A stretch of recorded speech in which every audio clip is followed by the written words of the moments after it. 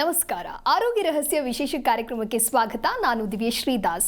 ವೀಕ್ಷಕರೇ, ಧರ್ಮ ಅಂತ ಹೇಳಿದ್ರೆ ಧಾರಣೆ ಎನ್ನುವ ಅರ್ಥವನ್ನ ನೀಡುತ್ತೆ. ನಾವು ಯಾವಾಗಲೂ ಕೂಡ ಸತ್ಯದ ದಾರಿಯಲ್ಲಿ ಹೋಗಬೇಕು, ಪ್ರಾಮಾಣಿಕತೆಯಿಂದ ಇರಬೇಕು, ಜೊತೆಗೆ ಯಾರಿಗೂ ಕೂಡ ಕೇಡನ್ನ ಬಯಸದೆ ಒಳಿತನ್ನೇ ಮಾಡಬೇಕು, ಒಳ್ಳೆಯದೇ ಆಗಲಿ ಅಂತ ಹೇಳಿ ಹರಿಸಬೇಕು, ಬಯಸಬೇಕು ಅನ್ನೋದನ್ನ ನಾವೆಲ್ಲರೂ ಕೂಡ ಒಂದು ಧರ್ಮ ಧಾರಣೆಯನ್ನ ಮಾಡುವಂಥದ್ದು ಅಂತ ಹೇಳ್ತೀವಿ. ಅದೇ ರೀತಿಯಾಗಿ ಕರ್ಮ ಅಂತ ಹೇಳಿದ್ರೆ ಯಾವುದೇ ಒಂದು ಜಾತಿ ಆಗಿರಬಹುದು, ಪ್ರವರ್ಗ, ಸಮುದಾಯ ಅಂತ ಹೇಳಿ ಇದು ಯಾವುದಕ್ಕೂ ಕೂಡ ಸೀಮಿತಗೊಳಿಸದೆ ನಮ್ಮ ಕೆಲಸವನ್ನ ಮಾಡುವಂಥದ್ದಕ್ಕೆ ಕರ್ಮ ಅಂತ ಹೇಳಿ ಕರಿತೀವಿ. ಇದಿಷ್ಟು ನಾವು ಅಂದುಕೊಂಡಿರುವಂತಹ ಧರ್ಮ ಕರ್ಮದ ಅರ್ಥ. ಆದರೆ ಇದನ್ನ ಮೀರಿಯೂ ಕೂಡ ವಿಶೇಷವಾಗಿರ್ತಕ್ಕಂಥ ಒಂದು ಅರ್ಥ ಇದೆ ಅಂತ ಹೇಳಿದ್ರೆ ಬಹುಶಃ ನಿಮ್ಮೆಲ್ಲರಿಗೂ ಕೂಡ ಒಂದು ರೀತಿ ಆಶ್ಚರ್ಯ ಆಗತ್ತೆ. ಆದರೆ ನಿಜಕ್ಕೂ ಕೂಡ ನಿಜವಾದಂತಹ ಅರ್ಥ ಏನು, ಧರ್ಮ ಅಂದ್ರೆ ಏನು, ಕರ್ಮ ಅಂದ್ರೆ ಏನು ಅಂತ ಹೇಳಿ ನಮ್ಮ ಇವತ್ತಿನ ಕಾರ್ಯಕ್ರಮದಲ್ಲಿ ಬಹಳ ಅರ್ಥಗರ್ಭಿತವಾಗಿ ತಿಳಿಸಿಕೊಡ್ತಾರೆ ಶ್ರೀಮಾನ್ ಶ್ರೀ ಪುರುಷೋತ್ತಮ್ ದೇಶಿ ಗುರುಜಿಯವರು. ಬನ್ನಿ ಅವರನ್ನ ಕಾರ್ಯಕ್ರಮಕ್ಕೆ ವೆಲ್ಕಮ್ ಮಾಡೋಣ. ನಮಸ್ಕಾರ ಗುರುಜಿ, ಕಾರ್ಯಕ್ರಮಕ್ಕೆ ಸ್ವಾಗತ. ನಮಸ್ಕಾರ ಗುರುಗಳೇ, ನಾನು ಈಗಾಗಲೇ ಹೇಳಿದೆ ಧರ್ಮ ಮತ್ತು ಕರ್ಮ ಅಂತ ಅಂದಾಗ ನಾವು ಅಂದುಕೊಂಡಿರುವಂತಹ ಅರ್ಥ ಏನು ಅಂತ ಹೇಳಿ. ಹಾಗಾಗಿ ಇದಕ್ಕೂ ಮೀರಿ ಇರುವಂತಹ ಸ್ಪಷ್ಟವಾದ ನಿಖರವಾದ ಧರ್ಮ ಕರ್ಮದ ಅರ್ಥವನ್ನು ತಿಳಿಸೋದಾದ್ರೆ ಗುರುಗಳೇ. ಹರಿ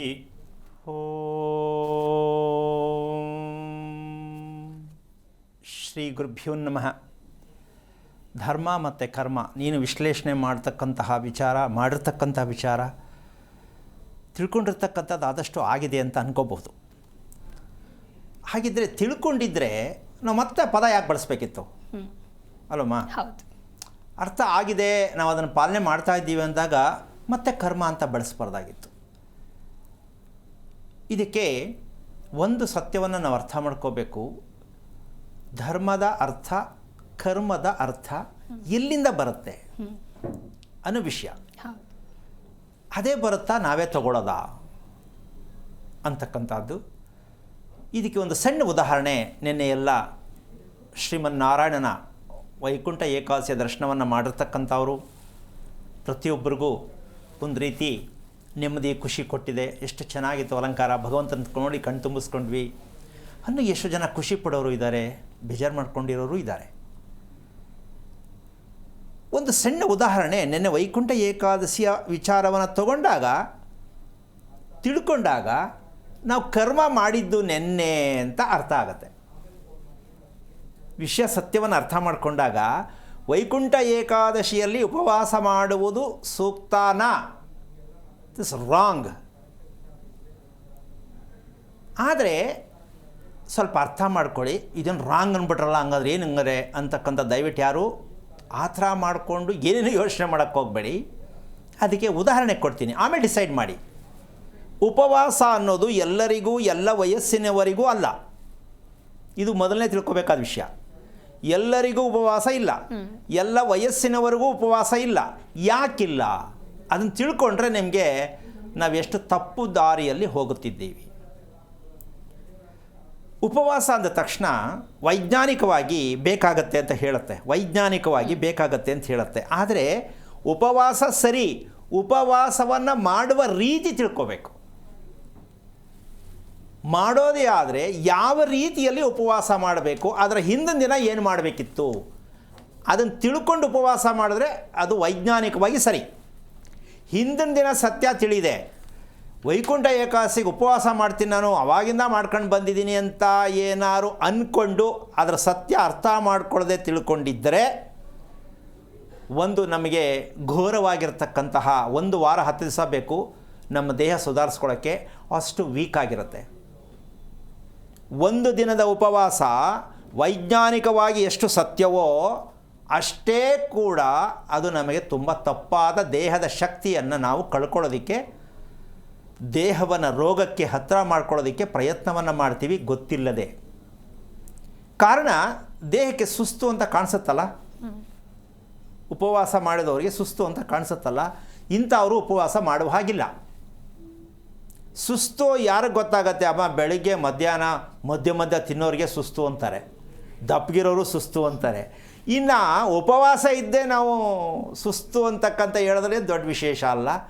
ಸುಸ್ತು ಇರುವವರು ಉಪವಾಸ ಮಾಡುವುದು ಯಾವ ಕಾರಣಕ್ಕೂ ದೇಹಕ್ಕೆ ಒಳ್ಳೆಯದಲ್ಲ. ದೇಹಕ್ಕೆ ಒಳ್ಳೆಯದಲ್ಲ ಅಂದರೆ ಇದು ಕರ್ಮ ಆಯಿತು, ದೇಹ ನೋಯುತ್ತೆ. ನೋಯ್ತಾ ಇಲ್ಲ? ದೇಹ ನಮ್ಮದು ಅಂತ ಹೇಳೋ ನಾವು ದೇಹದ ಬಗ್ಗೆ ತಿಳ್ಕೊಂಡಿದ್ದೀವಾ? ಇಲ್ಲ. ಮಾತ್ರ ಹೇಳ್ತೀವಿ ನಮ್ಮ ದೇಹ, ನಮ್ಮ ಮನೆ, ನಮ್ಮ ಹೆಂಡತಿ, ನಮ್ಮ ಗಂಡ, ಒಂದಕ್ಕೂ ಅರ್ಥನೇ ಗೊತ್ತಿಲ್ಲ, ಎಲ್ಲ ನಮ್ಮದು ನಮ್ಮದು ಅಂತಲೇ ಬದುಕ್ತಾ ಇದ್ದೀವಿ. ಆದರೆ ಇದರಿಂದ ನಮ್ಗೆ ಸತ್ಯ ಖುಷಿ ಸಿಕ್ಕಿದೆಯಾ ಅಂದರೆ, ಆರೋಗ್ಯ ಸಿಕ್ಕಿದೆಯಾ ಅಂತಕ್ಕಂಥ ಪ್ರಶ್ನೆ ಇವತ್ತು ನಿಮ್ಮ ಮುಂದೆ ಇಡಬೇಕಾಗತ್ತೆ. ಅದಕ್ಕೋಸ್ಕರವಾಗಿ ದೇಹಕ್ಕೆ ಶಕ್ತಿಯನ್ನು ಒದಗಿಸೋದಕ್ಕೆ ಆಹಾರದ ಮೂಲಕ ಸಿಗದೇ ಇದ್ದಾಗ ಮೂಳೆಯಲ್ಲಿ ಇರ್ತಕ್ಕಂಥ ಶಕ್ತಿಯನ್ನು ದೇಹಕ್ಕೆ ಪಾದಾರ್ಪಣೆ ಆಗುತ್ತದು. ಮೂಳೆಯಲ್ಲಿ ಇರ್ತಕ್ಕಂಥ ಶಕ್ತಿ ರಿಸರ್ವ್ ಮಾಡ್ಕೊಂಡಿರುತ್ತೆ. ಆಗ ದೇಹಕ್ಕೆ ಅದನ್ನು ಪಾಸ್ ಮಾಡುತ್ತೆ, ಇಲ್ಲದೇ ಇದ್ದಾಗ, ಕೊರತೆ ಆದಾಗ. ಆವಾಗ ಮೂಳೆ ಲಟ್ಕ ಲಟ್ಕ ಲಟ್ಕ ಶಬ್ದ ಮಾಡೋಕ್ಕೆ ಶುರು ಮಾಡುತ್ತೆ. ಇದಕ್ಕೆ ಪಾಸ್ ಆದಮೇಲೆ ಟೊಳ್ಳು ಮೂಳೆ ಆಯಿತು, ನಡಿಬೇಕಾದ್ರೆ ಕೆಲವು ಶಬ್ದ ಬರುತ್ತೆ. ಹೌದಾ? ಅಂದರೆ ಟೊಳ್ಳು ಮೂಳೆಯನ್ನು ನಾವೇ ರೆಡಿ ಮಾಡಿಕೊಂಡು ಅಂತಾಯಿತು. ಇದು ಕರ್ಮ ಅನ್ನೋದು ಧರ್ಮ ಅನ್ನೋದು. ಇದನ್ನು ಏನಮ್ಮ, ದೇವರ ಹೆಸರು ಹೇಳ್ಕೊಂಡು ನಮ್ಮ ದೇಹವನ್ನು ಹಾಳು ಮಾಡ್ತಾ ಇರೋ ನಾವು ಯಾವ ಅರ್ಥಕ್ಕೆ ಇದನ್ನು ತಿಳ್ಕೊಂಡು ಮಾಡಬೇಕು? ಇದನ್ನು ಮಾಡೋ ತಪ್ಪು ಅನ್ನೋ ದಯವಿಟ್ಟು ಯಾರು ತಪ್ಪಾಗಿ ತಿಳ್ಕೊಬೇಡಿ. ನಿಮ್ಮ ದೇಹದ ಸ್ಥಿತಿ ಏನಾಗಿದೆ, ಏನಾಗಿತ್ತು, ಈಗೇನಾಗಿದೆ, ಏನೋ ಬೇಜಾರು, ಎಲ್ಲಂದ್ರಲ್ಲಿ ಮಲ್ಕೊಳ್ಳೋದು, ಯಾಕೆ ನೆನೆ ಉಪವಾಸ ಮಾಡಿದೆ, ಎಲ್ಲ ಕಾರಣಕ್ಕೂ ನೆನೆ ಉಪವಾಸ ಮಾಡಿದೆ, ಸರಿ ಮಾಡು ಅಂತ ಹೇಳಿದ್ಯಾರು? ಹಾಗಾಗಿ ಈ ನಾವು ದೇಹವನ್ನು ಟೊಳ್ಳು ಮೂಳೆಯನ್ನು ಮಾಡ್ಕೊಳ್ತಕ್ಕಂಥದ್ದು ಕರ್ಮ ಅನ್ನೋದು ಧರ್ಮ ಅನ್ನೋದು. ಅದನ್ನ ಕರ್ಮ ತಾನೇ? ಹೌದು. ಇದು ದೇವ್ರು ಕೊಟ್ಟಿದ್ದ, ನಾವು ಮಾಡ್ಕೊಂಡಿದ್ದ. ಆಮೇಲೆ ಹೇಳೋ ದೇವ್ರ ಮೇಲೆ ಹೆಸರು. ನಿನ್ನೆ ವೈಕುಂಠ ಏಕಾದಶಿ ಅಂದ್ಬಿಟ್ಟು ಅದಕ್ಕೆ ತೊಗೊಂಡೋಗಿ ಹಾಕ್ಬಿಡ್ತೀರಲ್ಲ, ಎಷ್ಟು ಮಟ್ಟಕ್ಕೆ ಸರಿ ಇದು?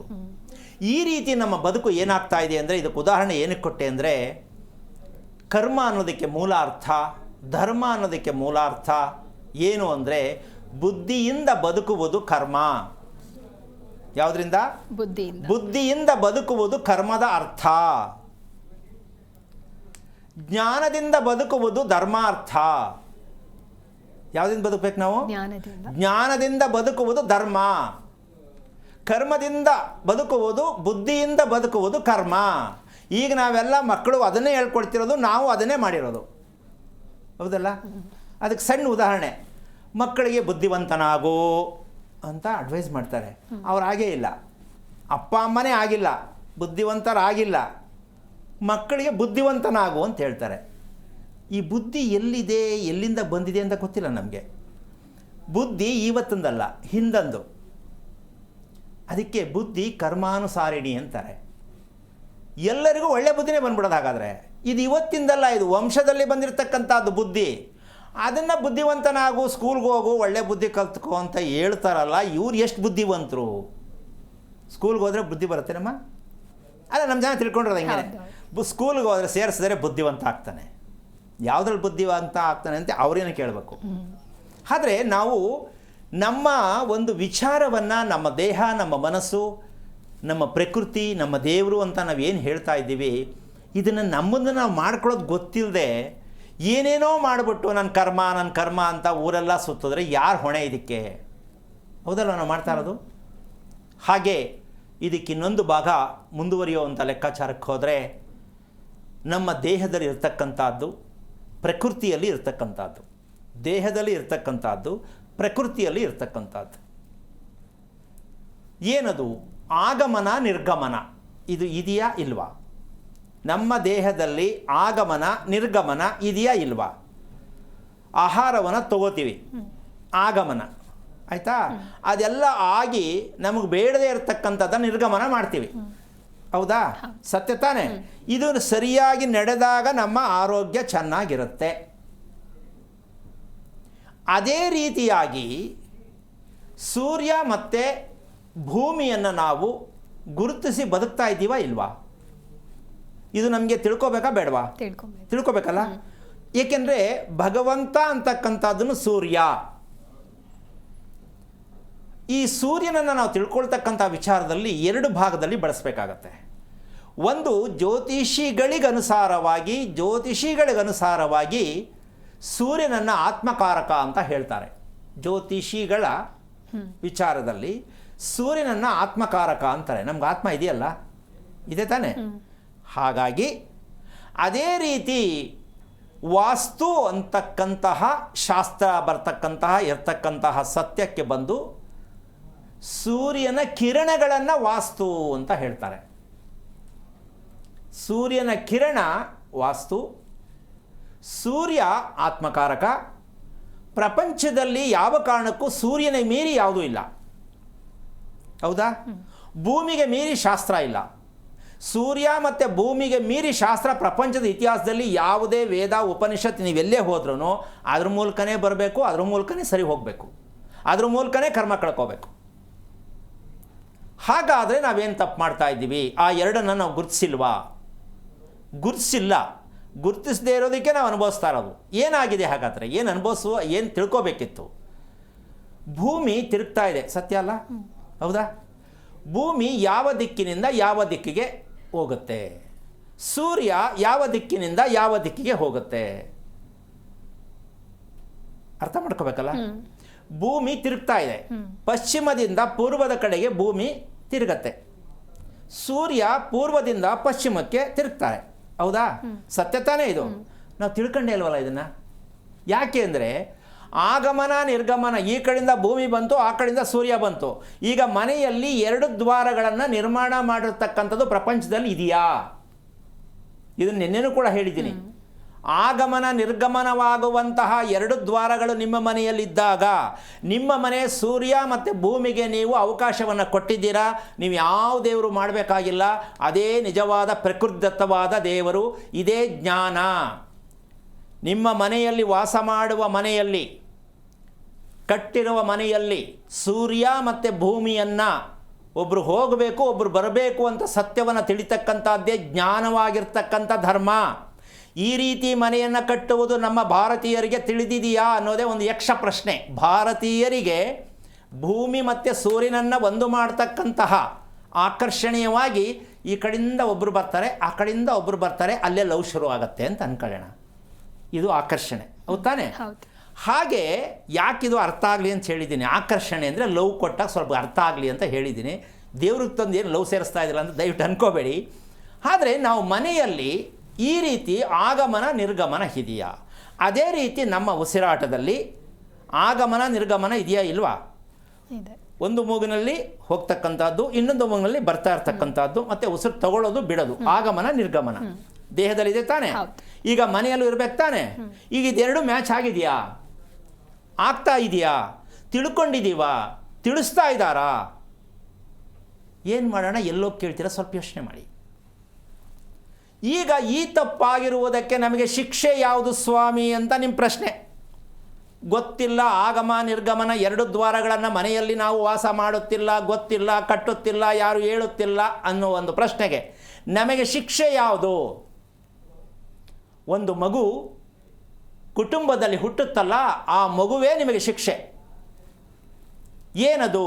ಹುಟ್ಟುವ ಸಮಯ. ಎಲ್ಲರೂ ಕೇಳ್ತಾರೆ, ಮಗು ಹುಟ್ಟೋ ಸಮಯ ಚೆನ್ನಾಗೈತಾ ನೋಡಿ ಅಂತ ಕೇಳ್ತಾರೆ. ಅಮ್ಮ ಚಂದನೂ ಇಲ್ಲ, ಕೆಟ್ಟದ್ದು ಅಲ್ಲ, ಒಳ್ಳೆಯದೂ ಇಲ್ಲ, ಅದು ಕೇಳಂಗೂ ಇಲ್ಲ, ಅದು ಹೇಳಂಗೂ ಇಲ್ಲ. ಯಾಕೆ ಅಂತ ಇಲ್ಲೊಂದು ಪ್ರಶ್ನೆ ಬರುತ್ತೆ.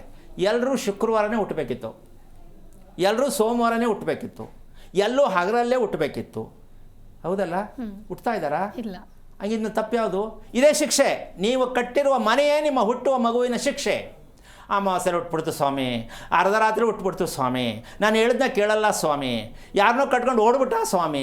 ಇವೆಲ್ಲ ನಡೀತಕ್ಕಂಥ ದುರಂತಗಳು ನಿಮ್ಮ ಅಜ್ಞಾನದಿಂದ, ನಿಮ್ಮ ಬುದ್ಧಿಯಿಂದ ನಿಮ್ಮ ಮನೆಯನ್ನು ನಿರ್ಮಾಣ ಮಾಡಿರುವ ಕಾರಣ.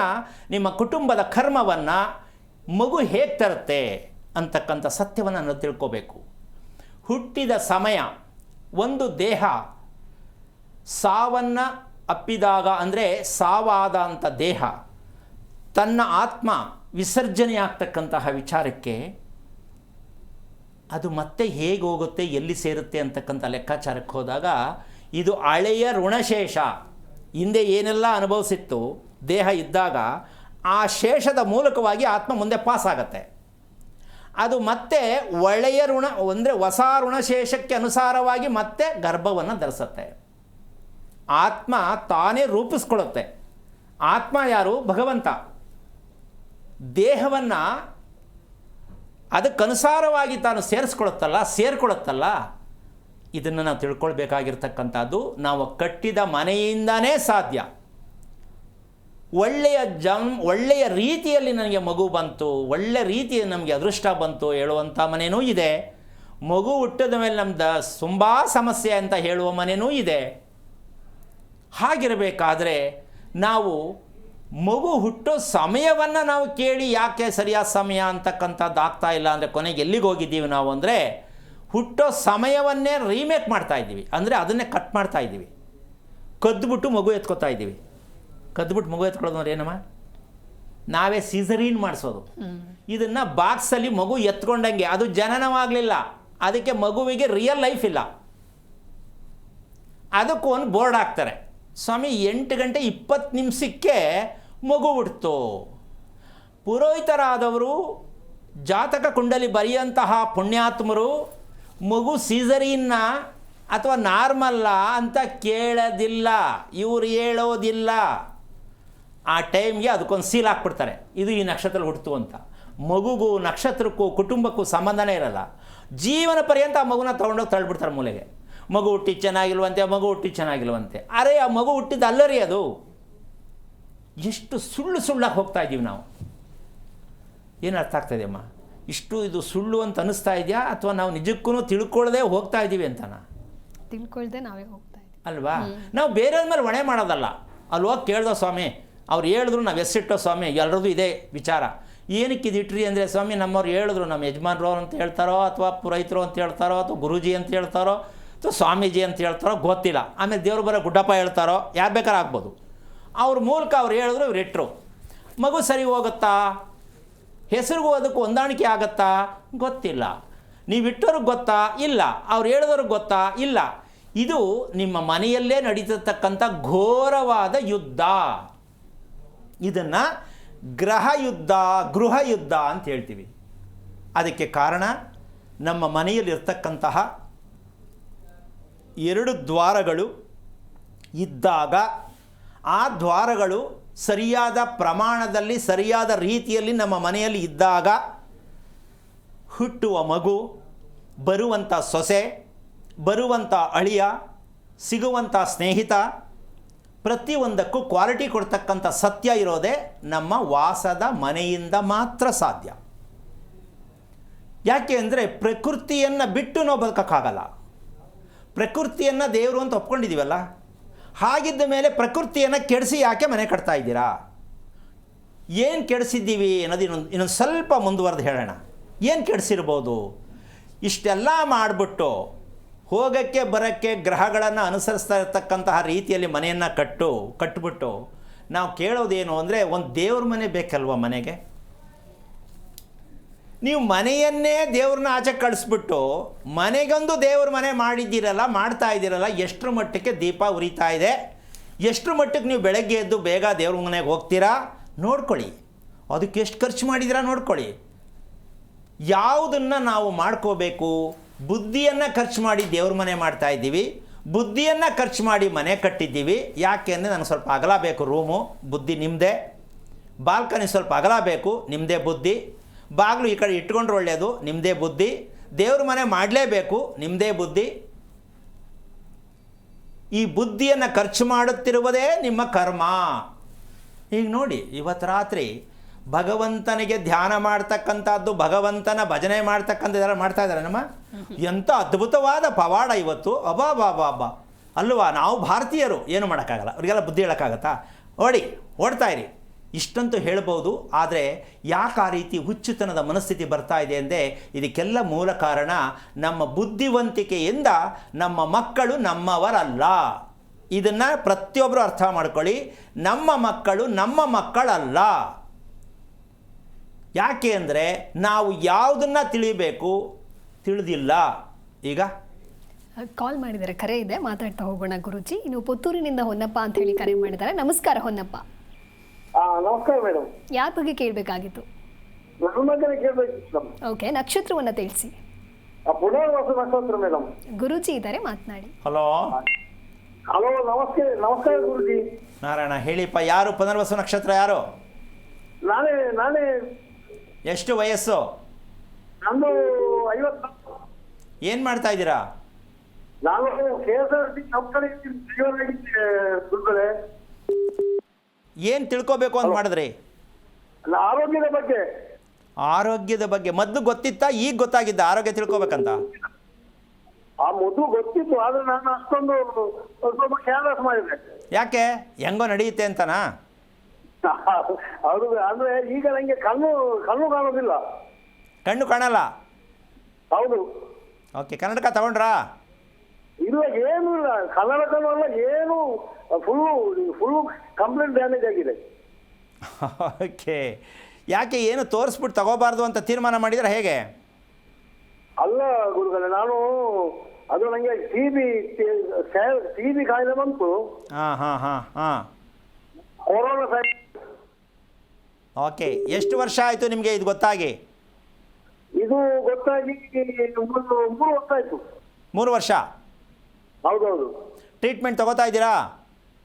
ಈಗೆಲ್ಲ ಟ್ರೀಟ್ಮೆಂಟ್ ಆಗಿ ಈಗ ಆರಾಮಾಗಿದೆ. ಈಗ ಕಣ್ಣು ಮಾತ್ರ ಕಾಣೋದಿಲ್ಲ ಅಷ್ಟೇ. ಓಕೆ, ಈಗ ವಿಚಾರಕ್ಕೆ ಬರೋಣ.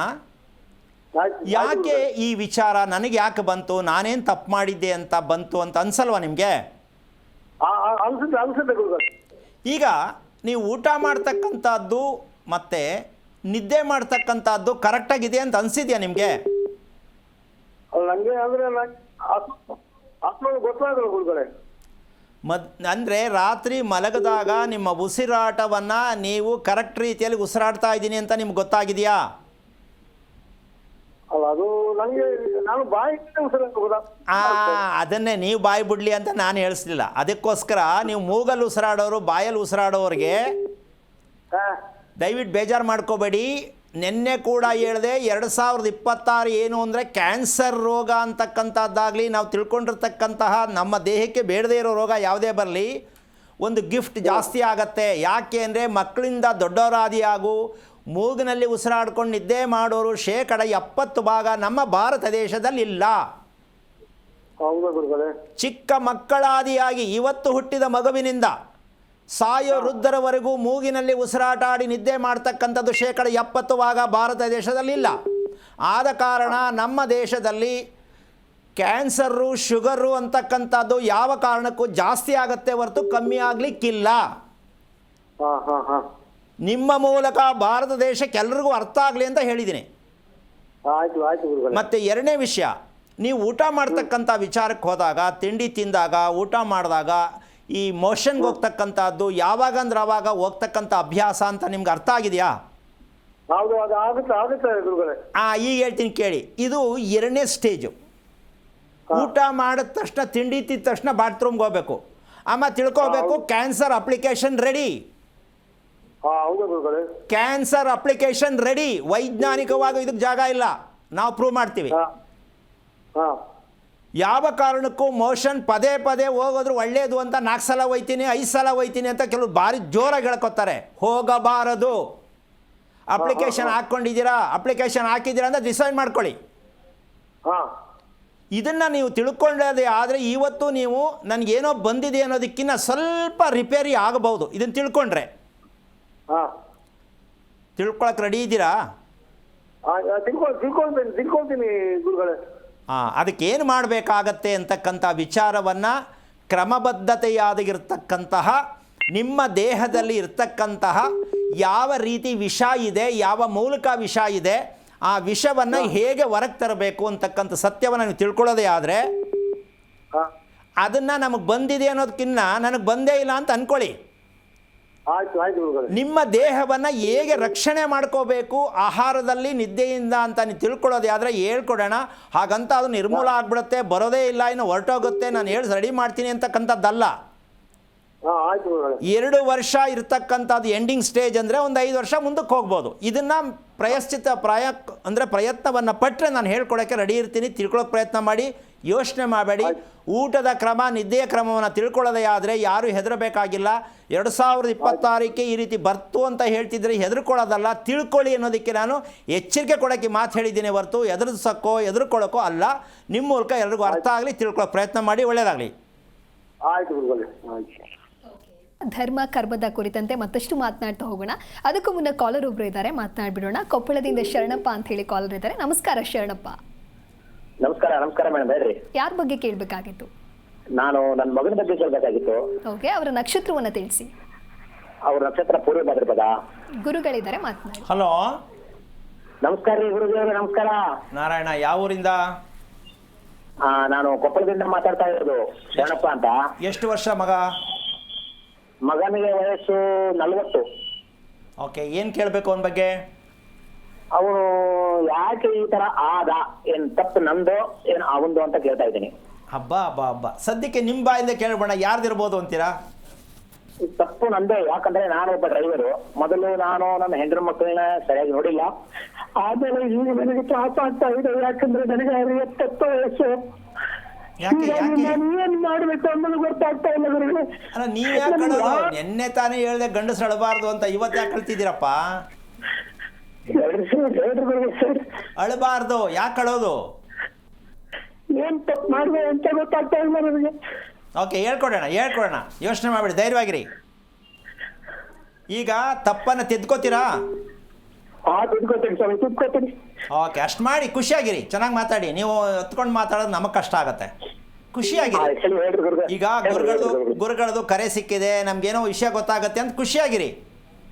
ಆಯ್ತು ಸ್ವಾಮಿ, ಆಯ್ತು ಸ್ವಾಮಿ. ನೋಡಿ, ಭಗವಂತ ಪ್ರತಿಯೊಬ್ಬ ಮನುಷ್ಯನಿಗೆ ಪರೀಕ್ಷೆ ಕೊಟ್ಟಿದ್ದಾನೆ, ಬರೀರಿ ಅಂತ. ನೀವು ಪರೀಕ್ಷೆಯಲ್ಲಿ ಬರೀದೇನೆ ನನಗೆ ಗೊತ್ತಿಲ್ಲ, ನಾನು ಓದಿಲ್ಲ ಅಂತ ಮರ್ಚಿಟ್ಬಿಟ್ಟು ಹೊಂಟೋಗ್ಬಿಟ್ರೆ ಹೇಗೆ? ಬರೀಬೇಕು, ಏನು ಗೊತ್ತಿದೆ ಬರೀಬೇಕು, ಅದು ಮಾರ್ಕ್ ಸಿಕ್ಕತ್ತೆ. ಪ್ರತಿಯೊಬ್ಬ ಮನುಷ್ಯನಿಗೂ ದುಃಖ ಬರೋದು, ಕಷ್ಟ ಬರೋದು, ನಷ್ಟ ಬರೋದು ಎಲ್ಲವೂ ಕೂಡ ಭಗವಂತ ಕೊಟ್ಟಿದ್ದಲ್ಲ. ನಾವು ಹೆದರ್ಕೊಂಡು ಅದನ್ನು ಎದುರಿಸೋಕ್ಕಾಗದೆ ಎದುರ್ಕೋತಾ ಇದ್ದೀವಲ್ಲ, ಇದು ನಾವು ಸೋಲ್ತಾ ಇರೋದು. ನಾವು ಹೆದರಿಸ್ಬೇಕು, ಪರೀಕ್ಷೆಯಲ್ಲಿ ಪಾಸ್ ಆಗಬೇಕು. ಅರ್ಥ ಆಯ್ತಾ? ಆಯ್ತು ಸ್ವಾಮಿ. ಎಷ್ಟು ವರ್ಷದ್ದು ನಿಮ್ಮ ಮನೆ? ನಮ್ಮನೆ ಇವಾಗ ನಮ್ಮ ಅಜ್ಜನ ಮನೆ ಇದು. ನಾನು ಕಟ್ಟಿಸಿ ಒಂದು 5 ವರ್ಷ ಆಯ್ತು. ಕಟ್ಟದ್ದು ಅಂದರೆ ನೀವೇ ನಿಮ್ಮ ಪ್ಲಾನ್ ಪ್ರಕಾರ ಕಟ್ಟಿದ್ರಾ, ಕಟ್ಟಿದ್ರಾ, ಹೇಗೆ? ಈ ನಮ್ಮ ಪ್ಲಾನ್ ಪ್ರಕಾರ ಇಲ್ಲ ರೀ. ಅವನು ಯಾವನೋ ಒಬ್ಬ ಗೌಂಡಿ ಹೇಳ್ದ, ಆಮೇಲೆ ನಮ್ಮ ಮಾವರು ಹೇಳಿದ್ರು ಕಟ್ಸಿದೀವಿ. ಓಕೆ, ಎಷ್ಟು ಪೂರ್ವ ಪಶ್ಚಿಮ ಎಷ್ಟಿದೆ, ಉತ್ತರ ದಕ್ಷಿಣ ಎಷ್ಟಿದೆ? ಪೂರ್ವ ಪಶ್ಚಿಮ ಒಂದು 21. ಹಾಂ, ದಕ್ಷಿಣ ಇದು ಒಂದು 10 ಇದೆ. ಉತ್ತರ ದಕ್ಷಿಣ ಒಂದು ಒಳಗಡೆ 10 ಇದೆ. 10, 9 ಬರ್ಬೋದು. 10 ಅಡಿ. ಹೌದು ಸ್ವಾಮಿ. ಓಕೆ, ಅಷ್ಟು ಚಿಕ್ಕ ಸೈಟಲ್ಲಿ ಮನೆ ಕಟ್ಟಬೇಕು ಅಂತ ನಿಮ್ಮದೇ ತೀರ್ಮಾನನಾ? ಇಲ್ಲ ರೀ, ಯಾಕಂದ್ರೆ ನಾನು ಒಟ್ಟು ಏನು ಸಂಪಾದನೆ ಮಾಡಿರ್ಲಿಲ್ಲ. ಆದ್ರೆ ಇದು ನಮ್ಮ ಅಜ್ಜನ ಆಸ್ತಿ, ಅದನ್ನ ಬಿಟ್ಟು ಹೋಗ್ಬಾರ್ದು. ಇವಾಗ ಹೊರಗಡೆ ಅದನ್ನೇ ರೆಡಿ ಮಾಡ್ಕೊಂಡೆ. ಓಕೆ, ನೋಡಿ ಒಂದು ವಿಷಯ, ನೀವು ಮನೆ ಕಟ್ಟೋದಕ್ಕೆ ಮುಂಚೆ ಎಲ್ಲಿದ್ರಿ? ನೀವು ಮನೆ ಕಟ್ಟಕ್ಕೆ ಮುಂಚೆ ಎಲ್ಲಿದ್ರಿ? ಬಾಡಿಗೆ ಮನೆಯಲ್ಲಿ ಇದ್ವಿ. ಓಕೆ, ಎಷ್ಟು ವರ್ಷ ಇದ್ರಿ ಅಲ್ಲಿ? ಬಾಡಿಗೆ ಮನೆಯಲ್ಲಿ ನಾನು ಸುಮಾರು ಒಂದು 25 ವರ್ಷ ಇದ್ದೇನೆ ಬಿಡಿ ಸ್ವಾಮಿ, ಹೊರಗಡೆ ಎಲ್ಲ. ಈಗ ಬಾಡಿಗೆ ಮನೆಯಲ್ಲಿ ಇದ್ದಂತಹ ಒಂದು ಸಂದರ್ಭಕ್ಕೂ ಈಗ ನೀವು ಕಟ್ಟಿದ ಮನೆಯಲ್ಲಿ ಇರ್ತಕ್ಕಂಥ ಸಂದರ್ಭಕ್ಕೆ ಲೆಕ್ಕ ಹಾಕಿದ್ರೆ ಯಾವ್ದು ಪಾಸು, ಯಾವ್ದು ಫೇಲು? ನನಗೆ ಇವಾಗ ನಾನು ಸ್ವಂತ ಮನೆ ಪಾಸು ಅನಿಸ್ತದೆ. ಬಾಡಿಗೆ ಮನೆಯಲ್ಲಿ ಒಳ್ಳೆ ತ್ರಾಸ ಆಗ್ತಾ ಇತ್ತು. ಇಲ್ಲಿ ಸ್ವಲ್ಪ ನೆಮ್ಮದಿ ಇದೆಯಾ? ನೆಮ್ಮದಿ ಇದೆ. ಓಕೆ, ಬಾಗಿಲು ಮೇನ್ ಡೋರ್ ಯಾವ ಕಡೆಗೆ ಇಟ್ಟಿದ್ದೀರಾ, ಯಾವ ದಿಕ್ಕು ಇಟ್ಟಿದ್ದೀರಾ? ಈಶಾನ್ಯ ದಿಕ್ಕಿಗಿದೆ. ಅದು ನೀವೇ ಇಟ್ಟಿದ್ದ, ಯಾರು ಹೇಳ್ಬಿಟ್ಟು ಇಟ್ಟಿದ್ದ? ಇಲ್ಲ ರೀ, ಅವರೇ ನಮ್ಮ ಮಾವರು ಮತ್ತು ಆ ಗೌಂಡಿ ಒಬ್ಬ ನನ್ನ ಸ್ನೇಹಿತರು ಅವ್ರು ಹೇಳಿದ್ರು, ಇಲ್ಲ ಈಶಾನ್ಯ ದಿಕ್ಕಿಗಿಡು ಅಂತ. ಓಕೆ, ನಿಮ್ಮ ಮನೆಯಲ್ಲಿ ಅಡುಗೆ ಮಾಡಿದ್ದು ಕರೆಕ್ಟ್ ಟೈಮ್ಗೆ ಅಡುಗೆ ಮಾಡೋಕ್ಕಾಗತ್ತೆ, ಕರೆಕ್ಟ್ ಟೈಮ್ಗೆ ಊಟ ಮಾಡೋಕ್ಕಾಗತ್ತೆ ಅಂತ ಅನ್ಸುತ್ತಾ ನಿಮಗೆ? ಹಲೋ, ಅಡುಗೆ ಮಾಡಿದ್ದು ಕರೆಕ್ಟ್ ಟೈಮ್ಗೆ ಅಡುಗೆ ಮಾಡೋದು, ಕರೆಕ್ಟ್ ಟೈಮ್ಗೆ ಊಟ ಮಾಡೋದು ಆಗತ್ತಾ ನಿಮ್ಮ ಮನೆಯಲ್ಲಿ ಅಂತ ಕೇಳ್ತೀನಿ. ಕರೆಕ್ಟ್ ಟೈಮ್ ಅಡುಗೆ ಮಾಡ್ತಾರೆ, ಕರೆಕ್ಟ್ ಟೈಮ್ ಊಟ ಮಾಡ್ತೀವಿ ಬಿಡಿ. ಓಕೆ, ಅಡುಗೆ ಉಳಿತಾಯ ಆಗ್ತಕ್ಕಂಥದ್ದು ಅಂದರೆ ಮಿಕ್ಸೋದು, ವೇಸ್ಟ್ ಆಯಿತು ಅನ್ನೋದು, ಈ ವಿಚಾರ ಗೊತ್ತಾಗಿದೆಯಾ? ಗೊತ್ತಾಗಿದೆ. ಈಗ ಹಣ ಖರ್ಚಾಗೋದು ಕೂಡ ಸರಿಯಾದ ರೀತಿಯಲ್ಲಿ ನಮಗೆ ಕಲೆಕ್ಟ್ ಆಗ್ತಾ ಇಲ್ಲ, ಮಾಡೋದೇ ಒಂದು ಆಗೋದೇ ಒಂದು ಅಂತಕ್ಕಂಥದ್ದು ಗೊತ್ತಾಗಿದೆಯಾ? ಗೊತ್ತಾಗಿದೆ ಸ್ವಾಮಿ, ಗೊತ್ತಾಗಿದೆ. ಇದಕ್ಕೆ ಅರ್ಥ ಈಶಾನ್ಯಕ್ಕೆ ನೀವು ಬಾಗಿಲಿಟ್ಟಿದ್ದೀರಲ್ಲ, ಈಶಾನ್ಯದಲ್ಲಿ ಮಾಟ ಮಂತ್ರ ಮಾಡ್ತಕ್ಕಂತಹ ಗ್ರಹ ಇದೆ. ಅಲ್ಲಿ ಮಾಟ ಮಂತ್ರ ಯಾರೂ ಮಾಡಿಲ್ಲ, ನೀವೇ ಮಾಡ್ಕೊಂಡಂಗೆ. ಹೇಳಿ ಹೇಳಿ. ಈಶಾನ್ಯಕ್ಕೆ ಬಾಗಿಲಲ್ಲಿ ಇರ್ತಕ್ಕಂಥ ಗ್ರಹ ಯಾರು? ಕೇತು. ಅಂದರೆ ಮಾಂತ್ರಿಕ ದೋಷ, ಭಯ, ಆತಂಕ, ಜಗಳ, ಮನಸ್ತಾಪ, ಆಗೋ ಕೆಲಸ ಕಟ್ಟಾಗೋದು, ತುಂಬ ಲೇಟ್ ಆಗೋದು, ಹೋರಾಟ ಮಾಡಿ ಮನೆಯಲ್ಲಿ ನೆಮ್ಮದಿ ಕೆಡಿಸ್ಕೊಂಡಿರೋದು. ಇದಕ್ಕೆ ನೀವು ಸ್ವಲ್ಪ ಯೋಚನೆ ಮಾಡಬೇಕು. ಈಶಾನ್ಯಕ್ಕೆ ಬಾಗಿಲಿಟ್ಟಿರ್ತಕ್ಕಂಥದ್ದು ಎಷ್ಟು ಮಟ್ಟಕ್ಕೆ ಸರಿ ಅಂದರೆ, ನೀವು ನೇರವಾಗಿ ನಿಮ್ಮ ಮನೇಲಿ ನಡೆಯೋಕ್ಕಾಗತ್ತಾ ನೋಡಿ, ಕ್ರಾಸ್ ಆಗ್ತಾನೆ ಹೋಗ್ಬೇಕು ಈಶಾನ್ಯಕ್ಕೆ ಬಾಗಿಲಿಟ್ಟಾಗ. ಈಶಾನ್ಯ ಸ್ವಲ್ಪ ಒಳಗಡೆ ಬರಬೇಕಾದ್ರೆ ಕ್ರಾಸ್ ಹೋಗ್ಬೇಕು. ಈಗ ಕ್ರಾಸ್ ನಡಿಗೆ ಒಳ್ಳೇದಾ, ಇಂಟು ಮಾರ್ಕ್ ಒಳ್ಳೇದಾ, ಪ್ಲಸ್ ಒಳ್ಳೇದಾ? ಪ್ಲಸ್ ಒಳ್ಳೆ ಸ್ವಾಮಿ. ಈಗ ನೀನು ಮನೆ ಮಾಡ್ಕೊಳ್ಳೋದು ಇಂಟು ಮಾರ್ಕ್ ಮಾಡ್ಕೊಂಡಿದ್ದೀರಲ್ವಾ? ಹೌದೌದೌದು. ನಿಮ್ಮ ತಲೆ ನೀವೇ ಕೆಚ್ಕೋಬೇಕೀಗ. ಏನಕ್ಕಾರು ಜೀವನನೋ, ಏನಕ್ಕಾರು ಮಕ್ಕಳೋ, ಏನಕ್ಕಾರು ಕುಟುಂಬನೋ, ಈ ರೀತಿಯಾಗಿ ನೀವು ಅನುಭವಿಸ್ತಕ್ಕಂಥ ವಿಚಾರ ಒಂದು. ಇದು ನನಗೆ ಯಾಕೆ ಬಂತು, ಈ ಸಮಸ್ಯೆ ನನಗೆ ಯಾಕೆ ಬಂತು, ಇಷ್ಟು ಚಿಕ್ಕ ಸೈಟ್ ಯಾಕೆ ಸಿಕ್ತು, ನಾವು ಗಂಡ ಹೆಂಡತಿ ಮಕ್ಕಳು ಕುಟುಂಬ ಯಾಕೆ ಚೆನ್ನಾಗಿಲ್ಲ, ಈ ಪ್ರಶ್ನೆಗೆ ಇನ್ನೂ ಉತ್ತರ ಸಿಕ್ಕಿಲ್ಲ ನಿಮಗೆ. ಇಲ್ಲ. ಈಗ ನಿಮ್ಮ ಮನೆಯಲ್ಲಿ ಸತ್ತಿರ್ತಕ್ಕಂಥವ್ರ ಫೋಟೋ ಯಾವ್ದು ಇಟ್ಟಿದ್ದೀರಾ? ಸತ್ತೋರ್ ಫೋಟೋ ಒಂದು ತಂದೆ ತಾಯಿದಿದೆ. ಜೊತೆಲಿ ಇಟ್ಟಿದ್ದೀರಾ? ಇದು ದಕ್ಷಿಣ ಭಾಗ್ಯ ಎರಡು ಇಟ್ಟಿದ್ದೀವಿ, ಉತ್ತರಾಭಿಮುಖವಾಗಿ ಇಟ್ಟಿದ್ದೀವಿ. ಅಲ್ಲ, ಯಾವ ಮುಖಾರ ಇಟ್ಕೊಳ್ಳಿ, ಎರಡೂ ಫೋಟೋ ಜೊತೆಲಿ ಇದೆಯಾ? ಜೊತೆ ಅಪ್ಪ ಅಮ್ಮಂದು ಒಂದೇ ಇದರಲ್ಲಿ ಜೊತೆ ಆಗಿದೆ. ಅದಕ್ಕೆ ನಮಸ್ಕಾರ ಮಾಡೋದಾ, ಪೂಜೆ ಮಾಡೋದಾ? ಇಲ್ಲ, ನಮಸ್ಕಾರ ಮಾಡ್ತೀನಿ. ಪ್ರತಿದಿನನಾ? ಪ್ರತಿದಿನ ನಮಸ್ಕಾರ ಮಾಡ್ತೀನಿ. ಅರ್ಧ ತಾನೇ ಇರೋದು ಫೋಟೋ, ಅರ್ಧ ತಾನೇ ಇರೋದು, ಕಾಲಿಲ್ಲದ್ದು. ಅರ್ಧ. ನೋಡಿ, ಈಗ ಅರ್ಧ ಮಾಡಿದ್ಮೇಲೆ ಸತ್ತವರು ಪ್ರೇತಾತ್ಮಗಳು ಅಂದ್ರೆ ದೆವ್ವನ ಮನೆಗೆ ಇಟ್ಕೊಂಡಂಗೆ. ನೋಡಿ, ಹಿರಿಯರಿಗೆ ನಾವು ಫೋಟೋ ಇಟ್ಕೋಬೇಕಾದ್ರೆ ಕೇಳಿಸ್ತಿದ್ಯಾ? ಹಿರಿಯರ್ ಫೋಟೋವನ್ನ ಪೂಜೆ ಮಾಡ್ತಕ್ಕಂಥದ್ದಲ್ಲ. ಅಕಸ್ಮಾತ್ ಮಾಡಲೇಬೇಕು ಅಂದ್ರೆ ಪೂರ್ಣವಾಗಿ ಕಾಲು ಕೈ ಎಲ್ಲವೂ ಇರಬೇಕು. ಆ ಫೋಟೋ ಮನೆಯಲ್ಲಿಟ್ರೆ ಶುಭ. ಅರ್ಧ ಮರ್ಡರ್ ಮಾಡಿಬಿಟ್ಟಿಟ್ಟಿರುವಂಥ ಫೋಟೋ ಇಟ್ರೆ ಅಶುಭ. ಇದೇ ಕರ್ಮ, ಇದೇ ದುಃಖ, ಇದೇ ನೋವು. ಸರಿ. ಅರ್ಥ ಆಯ್ತಾ? ಅರ್ಥ ಆಯ್ತು ಹೇಳಿ. ಈ ಥರ ವಿಚಾರಗಳನ್ನ ತಿಳ್ಕೊಳ್ಳಿ. ಮಗನ ಮೇಲೂ ಯೋಚನೆ ಮಾಡೋದು ಬೇಡ, ಹೆಂಡತಿ ಬಗ್ಗೆನೂ ಯೋಚನೆ ಮಾಡೋದು ಬೇಡ, ಯಾರ ಬಗ್ಗೆನೂ ಯೋಚನೆ ಮಾಡೋದು ಬೇಡ, ನಿಮ್ಮ ಬಗ್ಗೆನೂ ಯೋಚನೆ ಮಾಡೋದು ಬೇಡ. ನಾನು ತಿಳಿದಿರುವುದು ಏನೂ ಗೊತ್ತಿಲ್ಲ, ಗೊತ್ತಿಲ್ಲದೆ ನಡ್ಕೊಂಡು ಹೋಗ್ತಾ ಇದ್ದೀನಿ, ಕರ್ಮ ಅಂತ ಅನ್ಕೋತಾ ಇದ್ದೀನಿ ಅಂತ ನೀವೇ ಅನ್ಕೋಬೇಕು. ಸರಿ. ನೀವು ನಿಮ್ಮ ಅಪ್ಪ ಅಮ್ಮನಿಗೆ ಏನು ಮಾಡ್ಬೇಕು ಅದನ್ನ ಮಾಡ್ತಾ ಇಲ್ಲ, ಪೂಜೆ ಮಾಡಿ ನಮಸ್ಕಾರ ಮಾಡೋದನ್ನ ಮಾಡ್ತಾ ಇದ್ದೀರಾ. ಸತ್ತವ್ರಿಗೆ ಏನು ಕೊಡಬೇಕು? ಒಂಥರ ಶ್ರಾದ್ದ ಮಾಡಬೇಕು. ಅದು ಯಾಕೆ ಮಾಡಿಲ್ಲ, ಯಾಕೆ ಮಾಡ್ತಾ ಇಲ್ಲ? ಇಲ್ಲ ಸ್ವಾಮಿ, ಅವರು ನಮ್ಮ ಸ್ವಾಮಿಗಳು ಏನ್ ಹೇಳ್ತಾರೆ ಆ ಪ್ರಕಾರ ಮಾಡ್ತೀವಿ. ನೋಡಿ, ಒಂದು ವಿಷಯ ನಾನು ಅವಾಗಲೇ ಹೇಳಿದೆ, ನೀವು ಸ್ವಾಮಿಗಳ ಹತ್ರ ಕೇಳಿ, ಯಾರ ಹತ್ರನೂ ಕೇಳ್ಕೊಳ್ಳಿ. ಅವ್ರಿಗೆ ಅದ್ರ ಬಗ್ಗೆ ಗೊತ್ತಿದ್ರೆ ನೀವು ಕೇಳಬೇಕು. ಹೌದೌದೌದು. ನೀವು ಯಾರ ಹತ್ರನೋ ಹೋಗಿ ಕೇಳ್ಬಿಟ್ಟು ಸ್ವಾಮಿಗಳನ್ನ ಕೇಳಿ, ಈಗ ಯಾಕೆ ಪ್ರಾಬ್ಲಮ್ ಅಂತ ಹೇಳಿ ನೋಡೋಣ, ಹೇಳಿದ್ರಲ್ಲ ನಿಮ್ಗೆ ಇದು ಮಾಡು ಅಂತ, ಅವ್ರಿಗೆ ಕೇಳಿ ಇದನ್ನ. ಬರೋಬರಿ ಸ್ವಾಮಿ. ಇನ್ಮೇಲೆ ಅವ್ರು ಅರ್ಥ ಮಾಡ್ಕೊಳ್ಳಿ, ಯಾವುದೇ ಸ್ವಾಮೀಜಿ ಹೇಳಿ ಅದ್ರ ಬಗ್ಗೆ ಗೊತ್ತಿಲ್ಲದೆ ಇರೋ ಸ್ವಾಮೀಜಿಗಳೇ ಪ್ರಪಂಚ ತುಂಬ ಇರೋದು. ನೀವು ಅದನ್ನೇ ತಪ್ಕೊಂಡು ಅದನ್ನೇ ಅಪ್ಕೊಂಡ್ರೆ ಏನು ಮಾಡೋಕ್ಕಾಗಲ್ಲ. ದಯವಿಟ್ಟು ಇದರಿಂದ ಹೊರಗೆ ಬನ್ನಿ. ಸರಿ, ವಿಷಯ ತಿಳ್ಕೊಳ್ಳಿ, ಒಳ್ಳೇದಾಗತ್ತೆ. ಯೋಚನೆ ಮಾಡೋದು ಬೇಡ. ಯಾಕೆಂದ್ರೆ ಈ ಜನ್ಮದಲ್ಲಿ ಎಲ್ಲವನ್ನು ಕರ್ಮವನ್ನು ತೊಳೆದು ಧರ್ಮದ ದಾರಿಗೆ ಹೋಗಬೇಕು. ಮಕ್ಕಳು ಚೆನ್ನಾಗಿರಬೇಕು, ಹೆಂಡತಿ ನೆಮ್ಮದಿಯಾಗಿರಬೇಕು, ನೀವು ಖುಷಿಯಾಗಿ ನಿದ್ದೆ ಮಾಡಬೇಕು ಅಂದರೆ ಈ ಕರ್ಮದಿಂದ ಹೊರಗೆ ಬರೋದಕ್ಕೆ ನಿಮ್ಮ ಅಪ್ಪ ಅಮ್ಮನಿಗೆ ಊಟ ಹಾಕಿ. ಎಲ್ಲ ಹಾಕಬೇಕು, ಯಾವಾಗ ಹಾಕಬೇಕು ತಿಳ್ಕೊಳ್ಳಿ, ಹೇಳ್ಕೊಡೋಣ, ಮಾಡಿ. ಒಳ್ಳೇದಾಗಲಿ. ಓಕೆ, ಧನ್ಯವಾದಗಳು ಶರಣಪ್ಪ ಕರೆ ಮಾಡಿದ್ದಕ್ಕಾಗಿ. ಇದೀಗ ನಾಗರಾಜಪ್ಪ ಅಂತೇಳಿ ಶಿವಮೊಗ್ಗದಿಂದ ಕಾಲರ್ ಇದ್ದಾರೆ. ನಮಸ್ಕಾರ. ನಮಸ್ಕಾರ. ಯಾರ ಬಗ್ಗೆ ಕೇಳಬೇಕಾಗಿತ್ತು? ನಮ್ದು ಮೇಡಮ್ ಅದ್ನೇ ಬರಲ್ಲ, ಕೈಯ ದುಡ್ಡು ಕಾಸು ಉಳಿಯಲ್ಲ. ಓಕೆ, ನಿಮ್ಮ ನಕ್ಷತ್ರವನ್ನ ತಿಳಿಸಿ ಮೊದಲು. ರಾತ್ರಿ ಅನುರಾಧ ನಕ್ಷತ್ರ. ಗುರುಗಳಿದ್ದಾರೆ, ಈಗ ಮಾತು. ಹಲೋ. ನಮಸ್ಕಾರ ಬುದ್ಧಿ. ಯಾತಕ್ಕೆ ಬೇಕು ದುಡ್ಡು ನಿಮಗೆ? ಅಲ್ಲ ಸಣ್ಣ ಪುಟ್ಟ ಖರ್ಚು ಅವು ರಾತ್ರಿ ಎದ್ದಿರ ಬರುತ್ತಾರೆ ಬುದ್ಧಿ. ನನಗೆ ಕೇಳಬೇಕು, ಇದೇನು ಸಮಯ ದುಡ್ಡು ಬೇಡವಾ ಅಂತ ಕೇಳಲಿಲ್ಲ ನೀವು? ನೀವು ಕೇಳಬೇಕಿತ್ತು, ಏನು ಸಮಯ ದುಡ್ಡು ಬೇಡವಾ, ದುಡ್ಡು ಯಾಕೆ ಬೇಕು ಅಂತ ಕೇಳಿದೆ. ದುಡ್ಡು ಬೇಡವಾ ಅಂತ ಕೇಳಬೇಕಿತ್ತು, ಯಾಕೆ ಕೇಳಲಿಲ್ಲ? ದುಡ್ಡು ಅಲ್ಲ, ದುಡ್ಡು ಖರ್ಚು ವೆಚ್ಚ ಅದು ಸಣ್ಣ ಪುಟ್ಟ.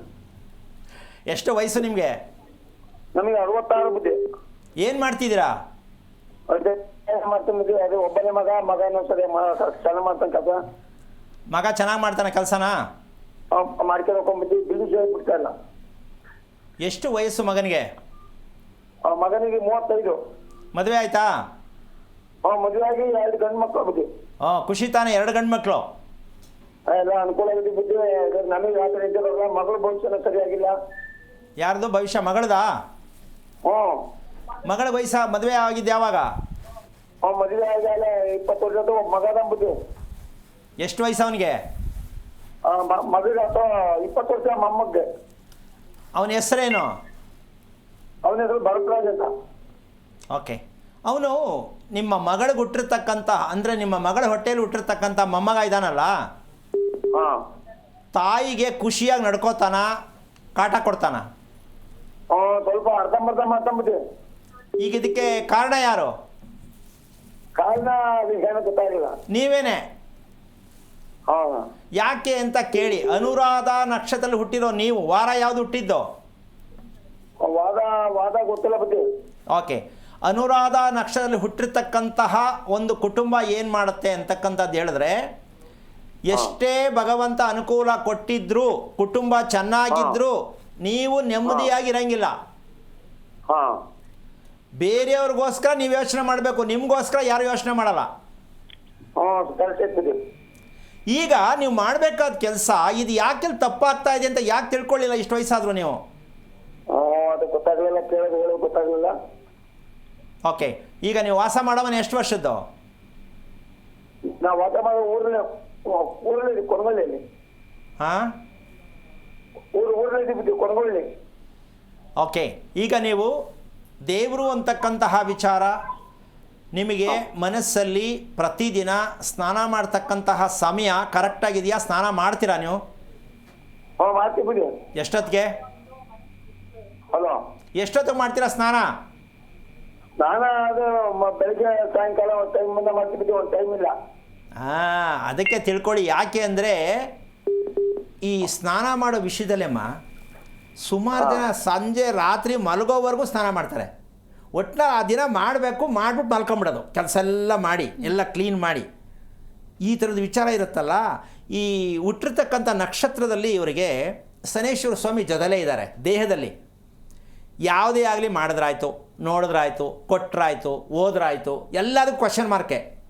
ಇಷ್ಟು ವರ್ಷಗಳಾದರೂ ಮಗ ಆಗಿ ಮಗನ ಮಕ್ಕಳಾದರೂ ಕೂಡ ನನ್ನ ದೇಹವನ್ನು ಶುಚಿತ್ವವನ್ನು ಮಾಡ್ಕೋಬೇಕು ಅಂತ ಗೊತ್ತಿಲ್ಲದೆ ಮದುವೆ ಮಾಡ್ಕೊಂಡು ಮಕ್ಕಳು ಮಾಡ್ಕೊಂಡು ಅವರು ಮಕ್ಕಳಾಯಿತು, ಈ ಅಕೌಂಟೇ ಓಪನ್ ಆಗಿಲ್ಲ.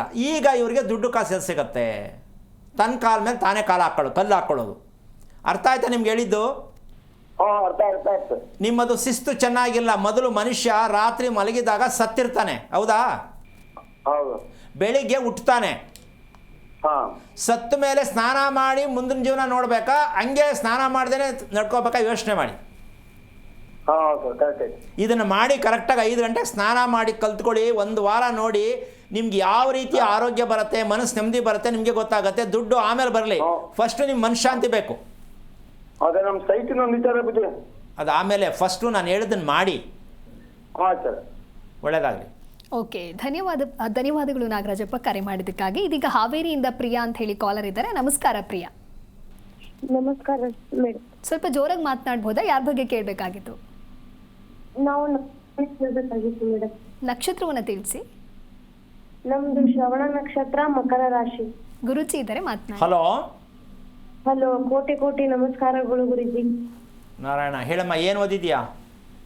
ನಾನು BSc ಓದಿದ್ದೀನಿ ಗುರುಜಿ. ಅಂದ್ರೆ ಅರ್ಧ ಹಾಫ್ ಆಗಿದೆ ಗುರುಜಿ. ಅದಾದ್ಮೇಲೆ ಮದ್ವೆ ಆಯ್ತು ಗುರುಜಿ ನಂದು 21ನೇ ವಯಸ್ಸಿಗೆ. ಖುಷಿ ಪಡ್ಬೇಕಲ್ವಾ? ಹಾ ಗುರುಜಿ. ಮದುವೆ ಬೇಗ ಆಯ್ತು ಅಂತ ಖುಷಿ ಪಡ್ಬೇಕಲ್ಲಮ್ಮ? ಹಾ ಗುರುಜಿ, ಖುಷಿ ಪಟ್ಟಿದ್ದೀವಿ ಗುರುಜಿ. ಆದ್ರೆ ಸಂತಾನದ್ದು ಮತ್ತೆ ನನ್ನ ಆರೋಗ್ಯ ಸಮಸ್ಯೆ ಬಹಳ ಆಯ್ತು. ಮನಸ್ಸಿಗೆ ಬರೇ ಮೆಂಟಲಿ ಬಹಳ ಡಿಸ್ಟರ್ಬ್ ಆಗ್ಬಿಟ್ರಿ ಮದುವೆ ಆದ್ಮೇಲೆ. ಯಾಕೆ ಮದುವೆ ಆದೆ ಅಂತ. ವಾ, ಮದುವೆ ಯಾಕಾದೆ ಅಂದರೆ ಇದು ಒಳ್ಳೆ ಕತೆ ಅಲ್ಲ? ಎಲ್ಲರೂ ಆಗಿದಲ್ಲಪ್ಪ ದೇಶದಲ್ಲಿ, ನೀವು ಒಬ್ಬಳೇ ಆಗಿದೆಯಾ? ಇಲ್ಲ ಗುರುಜಿ, ಆದ್ರೆ ಮಕ್ಕಳ ಬಗ್ಗೆ ಹಾಗೂ ನನ್ನ ಆರೋಗ್ಯದ ಸಮಸ್ಯೆ ಹೆಚ್ಚಿಗೆ ಹಾಕೊಂತ ಹೋಯ್ತು ಗುರುಜಿ. ಓಕೆ, ಏನು ಓದಿದ್ಯಾ ನೀನು?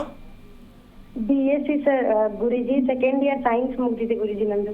ಸರಿ ಅಮ್ಮ, ಈಗ BA ಓದಿದ್ಯಲ್ವಾ, ಅಲ್ಲಿ ನಿನ್ನ ಬದುಕಿಗೆ ಏನಾದ್ರು ಹೇಳ್ಕೊಡ್ತಾ ನಿಮ್ಮ ಎಜುಕೇಷನ್ನು? ಹಾ ಗುರುಜಿ, ಹೇಳ್ಕೊಟ್ಟಿದ್ದೆ ಗುರುಜಿ. BSc ಗುರುಜಿ. ಅಲ್ಲಮ್ಮ, ನೀನು ಆರೋಗ್ಯವಾಗಿ ನೆಮ್ಮದಿಯಾಗಿರೋಕ್ಕೆ ಏನಾದ್ರು ಎಜುಕೇಷನ್ ಜಾಗ ಇದೆಯಾ ಅಂತ ಕೇಳ್ತಾ ಇದ್ದೀನಿ. ಇಲ್ಲ ಗುರುಜಿ. ಈಗ ಯಾಕೆ ಓದ್ದೆ ಅಂತ ನಾನು ಹೇಳಿದ್ರೆ ಏನನ್ಸುತ್ತೆ ನಿನಗೆ? ನೀನು ಒಬ್ಬಳೇ ಅಲ್ಲ, ಪ್ರಪಂಚದಲ್ಲಿ ಎಲ್ಲ ಇಷ್ಟಿಷ್ಟುದ್ದ ಓದಿರ್ತಾರೆ, ಆದರೆ ನಾವು ಉಸಿರಾಡೋದು ಕರೆಕ್ಟಾಗಿದೆಯಾ ಅಂತ ಗೊತ್ತಿರಲ್ಲ. ಹೌದು ಗುರುಜಿ. ಈಗ ನಿನಗೆ ಉಸಿರಾಟ ಕರೆಕ್ಟಾಗಿದೆ ಅಂತ ಅನಿಸುತ್ತಾ? ಇಲ್ಲ ಗುರುಜಿ. ಈಗ ಲೆಕ್ಕ ಹಾಕೋ, ಬದುಕಿನ ಮೌಲ್ಯಕ್ಕೆ ಬೇಕಾಗಿರೋ ಉಸಿರಾಟದ ಬಗ್ಗೆನೇ ಗೊತ್ತಿಲ್ಲ ಶ್ರವಣ ನಕ್ಷತ್ರಕ್ಕೆ. ಯಾಕೆ ಅಂದರೆ ಅರ್ಧಂಬರ್ಧ ಹೆಂಗೋ ತಿನ್ಕೊಂಡು ಒಳಕ್ಕೆ ನುಂಗ್ಕೊಳ್ಳೋದು. ಯಾಕೆ ಅಂದರೆ ಅಗಿಯೋಂಗಿಲ್ಲ. ಅಗಿತೀಯನಮ್ಮ ನೀನು ಊಟನ? ಹಲೋ, ಊಟ ಚೆನ್ನಾಗಿ ಅಗಿತೀಯ, ಬಳಕಂತ ನುಂಗ್ಕತ್ತೀಯ? ಸ್ವಲ್ಪ ಯೋಚನೆ ಮಾಡು. ನುಂಗ್ತೀನಿ ಗುರುಜಿ. ನೀನು ನುಂಗೋರಿಗೆ ಮಗು ಎಲ್ಲ ಆಯ್ತದೆ, ಚೆನ್ನಾಗಿರೋ ಮಗು ಎಲ್ಲ ಹುಟ್ಟುತ್ತೆ. ಬುದ್ಧಿಹೀನ ಮಗು, ಅಂಗಹೀನ ಮಗು, ಚೊತ್ತ ಇರೋ ಮಗು ಹುಟ್ಟುತ್ತೆ. ಯಾಕೆ ಅಂದರೆ ಅನ್ನದಿಂದ ಉತ್ಪತ್ತಿಯಾಗುವ ಶಕ್ತಿಯನ್ನೇ ನೀನು ಪಡ್ಕೊಂಡಿಲ್ಲ, ಬಳಕ್ ಅಂತ ನುಂಗ್ಕೋತಾ ಇದೆಯಾ. ಇನ್ನು ಒಳ್ಳೆ ಸಂತಾನ ಎಲ್ಲ ಆಗತ್ತೆ. ನಿಮ್ಮ ಅಮ್ಮನ ಕ್ಯಾಸೆಟ್ಟು ಇದೇನೆ, ನಿಮ್ಮ ತಾಯಿದೂ ಇದೇ ಹಣೆ ಬರ. ಏನು ಹೇಳ್ತೀಯಾ? ಹಾ ಗುರುಜಿ, ಇದಕ್ಕೆ ಏನ್ ಮಾಡ್ಬೇಕು ಗುರುಜಿ ಈಗ ಪರಿಹಾರ? ನಿಮ್ಮ ಅಮ್ಮನ ಟ್ರೈನಿಂಗ್ ಎಲ್ಲಿ ಕೊಡೋದು, ನಿನಗೆಲ್ಲಿ ಟ್ರೈನಿಂಗ್ ಕೊಡೋದು? ಮದುವೆ ಬೇರೆ ಆಗ್ಬಿಟ್ಟೈತೆ ನಿನಗೆ. ಎಷ್ಟು ವರ್ಷ ಆಯ್ತು ಮದುವೆ ಆಗಿ? 4 ವರ್ಷ ಆಗಿದೆ ಗುರುಜಿ. ಓಕೆ, ಯಾವ ವಾರ ಮದುವೆ ಆಯಿತು? ನಮ್ದು ಬುಧವಾರ ಆಗಿದೆ ಗುರುಜಿ. ನೀನು ಹುಟ್ಟಿದ್ದು ಯಾವಾಗ? ನಾನು ಹುಟ್ಟಿದ್ ಬುಧವಾರ ಗುರುಜಿ. ಈ ಮದುವೆ ಮಾಡಿಸ್ತವ್ರು ಯಾರು? ಅಪ್ಪ ಅಮ್ಮನ ಮದುವೆ ಮಾಡ್ಕೊ ಅಂತ ಹೇಳಿದ್ದು. ಹುಟ್ಟಿದ ವಾರದೇ ಮದುವೆ ಆಗೈತಲ್ಲಮ್ಮ ನಿಂದು? ಹೌದು ಗುರುಜಿ, ನಮ್ದು ಜೋಡಿ ಮದ್ವೆ ಆಗಿದೆ ಗುರುಜಿ. ಅಣ್ಣ ಹಾಂ, ಇನ್ನೂ ಸೂಪರು. ಅದರಲ್ಲಿ ಒಂದು ಪ್ಲಸ್ಸು ಒಂದು ಮೈನಸ್ಸು. 2 ಮದುವೆ ಮಾಡ್ಕೊಂಡು ಮುಗೀತು. ಒಂದು ಮದುವೆ ಡಮಾರ್, ಇನ್ನೊಂದು ಮದುವೆ. ಈಗ ಆ ಮದುವೆ ಸಕ್ಸಸ್ಸಾ, ನಿನ್ನ ಮದುವೆ ಫೇಲಾ? ನನ್ ಮದ್ವೆನೇ ಸಕ್ಸಸ್ ಆಗಿದೆ ಗುರುಜಿ. ಅವ್ರದ್ದು ಸರಿ ಇಲ್ಲ ಗುರುಜಿ, ಅಂದ್ರೆ ಅವರು ಜಗಳ ಮಾಡ್ತಾರೆ ಗುರುಜಿ. ಈಗ ಲೆಕ್ಕ ಹಾಕೋ, 2 ಮದುವೆ ಒಟ್ಟಿಗೆ ಮಾಡಿದ್ರೆ ಹಣೆ ಬರ ಹೇಗೆ ಆಗೋದು? ಹೌದು ಗುರುಜಿ. ಈಗ ಆದ್ರೆ ನನಗೆ ನೀನು ತಿಳ್ಕೊಬೇಕಾಗಿರೋದು ಏನು ಗೊತ್ತೇನಮ್ಮ? ಹೌದು. ಅಕಸ್ಮಾತ್ ಅಪ್ಪ ಏನೋ ಮದುವೆ ಮಾಡಬೇಕು, ಮಾಡಾಯ್ತು, ಓಕೆ. ಮೊದಲನೇದಾಗಿ 2 ಮದುವೆ ಒಟ್ಟಿಗೆ ಆದರೆ ಒಂದು ಮದುವೆ ಫೇಲ್ ಆಗುತ್ತೆ, ಒಂದು ಮದುವೆ ಪಾಸ್ ಆಗುತ್ತೆ. ಈಗ ನಿನ್ಗೆ ಅರ್ಥ ಆಗಿದೆ. ಹೌದು ಗುರುಜಿ. ಎರಡನೇದು, ಹುಟ್ಟಿದ ದಿನ ಯಾರು ಮದುವೆ ಮಾಡ್ಕೋತಾರೆ, ಹುಟ್ಟಿದ ದಿನ ಯಾರು ಪ್ರಯಾಣ ಹೊರಡ್ತಾರೆ, ವಾಪಸ್ ಬರಲ್ಲ, ಬಾಡಿ ಮನೆಗೆ ಬರುತ್ತೆ. ಇದು ನಮ್ಮ ಜನಕ್ಕೆ ಇನ್ನೂ ಅರ್ಥ ಆಗಿಲ್ಲ. ಹೌದು ಗುರುಜಿ. ಹುಟ್ಟಿದ ದಿನ ಯಾರು ಪ್ರಯಾಣ ಹೊರಡ್ತಾರೆ, ವ್ಯಾನಲ್ಲಿ, ಆಂಬ್ಯುಲೆನ್ಸಲ್ಲಿ, ದೇಹ ಮನೆಗೆ ಬಾಡಿ ಬರುತ್ತೆ. ಈ ಕಡೆಯಿಂದ ದೇಹ ಹೋಯ್ತು, ಆ ಕಡೆಯಿಂದ ಬಾಡಿ ಬಂತು. ಇದು ನಮ್ಮ ಜನಕ್ಕೆ ಇನ್ನೂ ಅರ್ಥ ಆಗಿಲ್ಲ. ಜನ್ಮ ಪ್ರಯಾಣ, ಹುಟ್ಟಿದ ದಿನ, ಹುಟ್ಟಿದ ನಕ್ಷತ್ರ, ಯಾರು ಮದುವೆ ಆಗ್ತಾರೆ, ಯಾರು ಮನೆ ಕಟ್ತಾರೆ, ಅವ್ರ ತಿಥಿ ಕಾರ್ಡು ಮನೆಗೆ ಬರುತ್ತೆ. ಈ ಸತ್ಯವನ್ನು ನಮ್ಮ ಜನ ಇನ್ನೂ ತಿಳ್ಕೊಂಡಿಲ್ಲ. ಅರ್ಜೆಂಟಿಗೆ ಮದುವೆ ಮಾಡಬೇಕು, ಮಾಡ್ಕೊಂಬಿಟ್ರಿ. ಈಗ ಜನ್ಮತಾರೆ, ಮೃತ್ಯುತಾರೆ ಅಂತ ಹೇಳ್ತಾರೆ. ಇದಕ್ಕೆ ಏನು ಅಂದರೆ, ದಿನ ಸಾಯೋರು ಯಾರು ಅಂದರೆ ನೀನೇನೆ. ಹತ್ಕೊಂಡು ಬೇಜಾರು ಮಾಡಿಕೊಂಡು ಹಿಂಗೆ ತಾನೇ ನಿನ್ನ ಕಾಲ ಕಳೀತಾ ಇರೋದು. ಹೌದು ಗುರುಜಿ. ಈಗ ನಿಮ್ಮ ಯಜಮಾನ್ರಿಗೆ ನೀನೇನಾದ್ರು ಹೇಳಿದ್ರೆ ಒಪ್ಕೋತಾರ? ಈ ಥರ ಮಾಡೋಣ ರೀ, ತಪ್ಪಾಗೋಯ್ದೇನೆ, ಒಪ್ಕೋತಾರ? ಹಾ, ಒಪ್ಕೊಂತಾರೆ ಗುರುಜಿ. ಹಾಗಿದ್ದ ಮೇಲೆ ನೀವು ಗಂಡ ಹೆಂಡತಿ ಜೊತೆಯಲ್ಲಿ ಬಂದರೆ ಆ ವಿಚಾರ ಎಲ್ಲಿ ತಪ್ಪಾಗಿದೆ, 4 ವರ್ಷ ಆಗಿರೋದು, 20 ವರ್ಷ ಆದರೂ ಮಗು ಆಗಿರುತ್ತೆ, ಏನು ಸಮಸ್ಯೆ ಯೋಚನೆ ಮಾಡೋಕ್ಕೆ ಹೋಗ್ಬೇಡ ನೀನು. ಇದನ್ನು ತಿಳ್ಕೊಳ್ಳೋಕೆ ಪ್ರಯತ್ನ ಮಾಡು. ಊಟದ ವ್ಯವಸ್ಥೆ, ರಾತ್ರಿ ಮಲಗೋದು, ಬೆಳಗ್ಗೆ ಏಳೋದು, ಈ ಕ್ರಮ, ದೇಹವನ್ನು ರಿಪೇರಿ ಮಾಡ್ಕೋ. ಆಟೋಮೆಟಿಕ್ಕಾಗಿ ಇನ್ನೊಂದು ಸಲ ನೀವಿಬ್ಬರು ಮದುವೆ ಮಾಡ್ಕೋಬೇಕು, ಅಕೌಂಟ್ ಓಪನ್ ಆಗುತ್ತೆ. ಮಾಡ್ಕೋತೀರಾ? ಹಾ ಗುರುಜಿ. ಇನ್ನೊಮ್ಮೆ ನೀವೇ ಮದುವೆ ಮಾಡ್ಕೊಳ್ಳೋದು ಹೇಗೆ, ಎಲ್ಲಿ, ಯಾವಾಗ ಹೇಳಿಕೊಡ್ತೀನಿ, ಮಾಡ್ಕೊಳ್ಳಿ, ಒಳ್ಳೇದಾಗತ್ತೆ. ಯೋಚನೆ ಮಾಡಬೇಡಿ, ಆಯಿತಾ? ಆಯ್ತು ಗುರುಜಿ. ಏನಿಲ್ಲ ಗುರುಜಿ, ಆರೋಗ್ಯ ಸಮಸ್ಯೆ ಸರಿ ಪಡ್ಕೋಬೇಕಂದ್ರೆ ನನ್ನ ನಕ್ಷತ್ರದಲ್ಲಿರೋರು ಏನ್ ಮಾಡ್ಬೇಕು ಗುರುಜಿ? ಅಮ್ಮ, ನೀನು ಊಟನ ಅಗಿತಾ ಇಲ್ಲ ತಾಯಿ, ನುಂಗ್ತಾ ಇದೀಯಾ ಅಂತ ಈಗ ತಾನೇ ಹೇಳ್ದಲ್ಲ ನಾನು. ಇವತ್ತಿಂದ ರಾತ್ರಿ ಊಟಕ್ಕೆ ನಮಸ್ಕಾರ ಮಾಡು. ನಮಸ್ಕಾರ ಮಾಡಿ ಕೆಳಗಡೆ ಕೂತ್ಕೊಂಡು ಸ್ವಲ್ಪ ತಗೊಂಡು ಬಾಯಲ್ಲಿ ಹಾಕಿ ತುಟಿ 2 ಮುಚ್ಚಿ ಚೆನ್ನಾಗಿ ಅಗದು ನುಂಗು. ಬೆಳಿಗ್ಗೆ ಎದ್ರೆ ಎಷ್ಟು ಚೆನ್ನಾಗಿರ್ತೀಯ ಗೊತ್ತಾಗತ್ತಾ? ಇವತ್ತೇ ಪ್ರಯತ್ನ ಮಾಡಿ, ಒಳ್ಳೇದಾಗಲಿ. ಆಮೇಲೆ ತಿಳ್ಕೊಳ್ಳೋಕೆ ಪ್ರಯತ್ನ ಮಾಡು. ಓಕೆ, ಧನ್ಯವಾದಗಳು ಪ್ರಿಯಾ, ಕರೆ ಮಾಡಿದ್ದಕ್ಕಾಗಿ. ಗುರುಜಿ ತಿಳಿಸ್ಕೊಡ್ತಾ ಇದ್ರಿ, ನಾವು ವಾಸ ಮಾಡುವಂತಹ ಮನೆಯಲ್ಲಿ ಆಗಮನ ಹಾಗೆ ನಿರ್ಗಮನದ ದ್ವಾರ ಇಲ್ಲ ಅಂತ ಹೇಳಿದ್ರೆ ಅನಾರೋಗ್ಯದ ಸಮಸ್ಯೆಯನ್ನು ನಾವೇ ಬರಮಾಡಿಕೊಂಡ ಹಾಗೆ ಅಂತ ಹೇಳಿ ಮುಂದಿನ ವಿಚಾರದತ್ತ ಹೋಗೋದಾದ್ರೆ, ಈಗ ಇದನ್ನ ಲೆಕ್ಕ ಹಾಕಿದ್ರಮ್ಮ, ನಮ್ಮ ಬದುಕಿಗೆ ಒಂದು ಮೌಲ್ಯವನ್ನು ನಾವು ಎಷ್ಟರ ಮಟ್ಟಿಗೆ ಕೊಟ್ಟಿದ್ದೀವಿ. ಈಗ ಇವತ್ತಿಂದಲ್ಲ ವಿಷಯ, ಇದು ತಲಾಂತರದಿಂದನೂ ಕೂಡ ಇದನ್ನು ನಾವು ಹೀಗೆ ತಪ್ಪಾಗಿ ಹೋಗ್ತಾ ಇದ್ದೀವಲ್ಲ. ಈಗ ನಾನು ಇಲ್ಲಿ ಕಾರ್ಯಕ್ರಮದಲ್ಲಿ ಕುತ್ಕೊಂಡು ಮಾತಾಡಬೇಕಾದ್ರೆ ನನಗೆ ಗುಂಡಿಗೆ ಎಷ್ಟಿರಬೇಕು? ಸುಮ್ಮನೆ ಹೇಳಿದ್ರೆ ಓಡಾಡಿಸ್ಕೊಂಡು ಬಂದ್ಬಿಡ್ತಾರೆ, ಹೌದಲ್ಲ? ಆದರೆ ನೀವು ಕಟ್ಟುತ್ತಿರುವ ಮನೆ ಎಷ್ಟರ ಮಟ್ಟಕ್ಕೆ ನೀವು ಈ ಸತ್ಯವನ್ನು ತಿಳ್ಕೊಳ್ಳದೇ ಇದ್ದರೆ ನೀವು ಮನೆಯಲ್ಲಿ ಯಾವ ರೀತಿಯಲ್ಲಿ ಮಕ್ಕಳಿಗೆ ನೀವು ಹೊಂದಾಣಿಕೆ ಆಗ್ತೀರಾ? ಈಗ ಅಕಸ್ಮಾತ್ ಈ ಕಾರ್ಯಕ್ರಮದಲ್ಲಿ ನಾನು ಹೇಳ್ತಾ ಇರ್ತಕ್ಕಂಥ ವಿಚಾರ, ಯಾರದೇ ಮನೆಯಲ್ಲಿ ಹಿಂದಿನ ಬಾಗಿಲು ಮುಂದಿನ ಬಾಗಿಲು ಪೂರ್ವ ಪಶ್ಚಿಮಕ್ಕೆ ಇರಬೇಕದು ಅತಿ ಮುಖ್ಯವಾದದ್ದು. ಪಕ್ಕಾ ಪೂರ್ವ ಯಾವುದು ಗೊತ್ತಿಲ್ಲ, ಪಕ್ಕಾ ಪಶ್ಚಿಮ ಯಾವುದು ಗೊತ್ತಿಲ್ಲ. ಸ್ವಾಮಿ ಸೂರ್ಯ ಇಲ್ಲಿ ಹುಡ್ತಾನೆ ಸ್ವಾಮಿ ಅಡುಗೆ ಮನೆ ಕಡೆಗೆ ಅಂತ ತೋರಿಸ್ತಾರೆ. ಅಡುಗೆ ಮನೆ ಪೂರ್ವ ಬರಲ್ಲ ಅದು. ಅವು ತಿಳ್ಕೊಳ್ಳೋದನ್ನು ಬೆಳಗ್ಗೆ ಸೂರ್ಯ ಸ್ವಾಮಿ ಈ ಮೂಲಕ್ಕೆ ಬರ್ತದೆ ಸ್ವಾಮಿ. ಹಿಂಗೆ ನಾವು ಮನೆ ಕಟ್ತಾ ಇರೋದು. ಆಕಾಶದಲ್ಲಿ ಇರುವ ಸೂರ್ಯ ಒಬ್ಬ, ಹೌದಾ? ಭೂಮಿಯಲ್ಲಿ 9 ಜನ ಸೂರ್ಯ ಇರ್ತಾರೆ. ಯಾವ್ದು ಜಾಸ್ತಿ ಇವಾಗ? ಆಕಾಶದಲ್ಲಿರುವ ಸೂರ್ಯ ಒಬ್ಬ. ಭೂಮಿಯಲ್ಲಿ 9 ಜನ ಸೂರ್ಯ ಇದ್ದಾರೆ. ಯಾರವರು ಅಂದರೆ ನವಗ್ರಹಗಳು ಅಂತ ನಾವು ಹೇಳ್ತೀವಿ. ಆ ನವಗ್ರಹಗಳು ಸೂರ್ಯನಿಂದನೇ ಇರ್ತಕ್ಕಂಥ, ಅವರ ಅಂಡರ್ಟೇಕಲ್ಲಿ ಇರ್ತಕ್ಕಂಥದ್ದೇ ಗ್ರಹಗಳು. ಈಗ ನಾವು ಯಾರನ್ನ ಹಿಡ್ಕೋಬೇಕು ಬಿಗಿಯಾಗಿ? ಸೂರ್ಯನ ಹಿಡ್ಕೋಬೇಕು. ನಾವೇನು ಹುಡುಕ್ತಾ ಇದ್ದೀವಿ? ಯಾವ ಗ್ರಹ ಚೆನ್ನಾಗಿಲ್ಲ ನೋಡಿ. ಯಾರನ್ನ ಕೇಳಬೇಕು ನಾವು? ಸೂರ್ಯನ ಹತ್ರ ಕೇಳಬೇಕು. ಸೂರ್ಯನ ಬರಮಾಡ್ಕೋಬೇಕು ನಾವು. ಇಲ್ಲ. ನಾವೇನಿದ್ರು ಗ್ರಹಗಳನ್ನೇ ಕೇಳ್ತಾ ಇದ್ದೀವಿ, ಯಾವ ಗ್ರಹ ಕೆಟ್ಟದಾಗಿದೆ, ಯಾವಾಗ ಚೆನ್ನಾಗಾಗುತ್ತೆ ಅಂತ.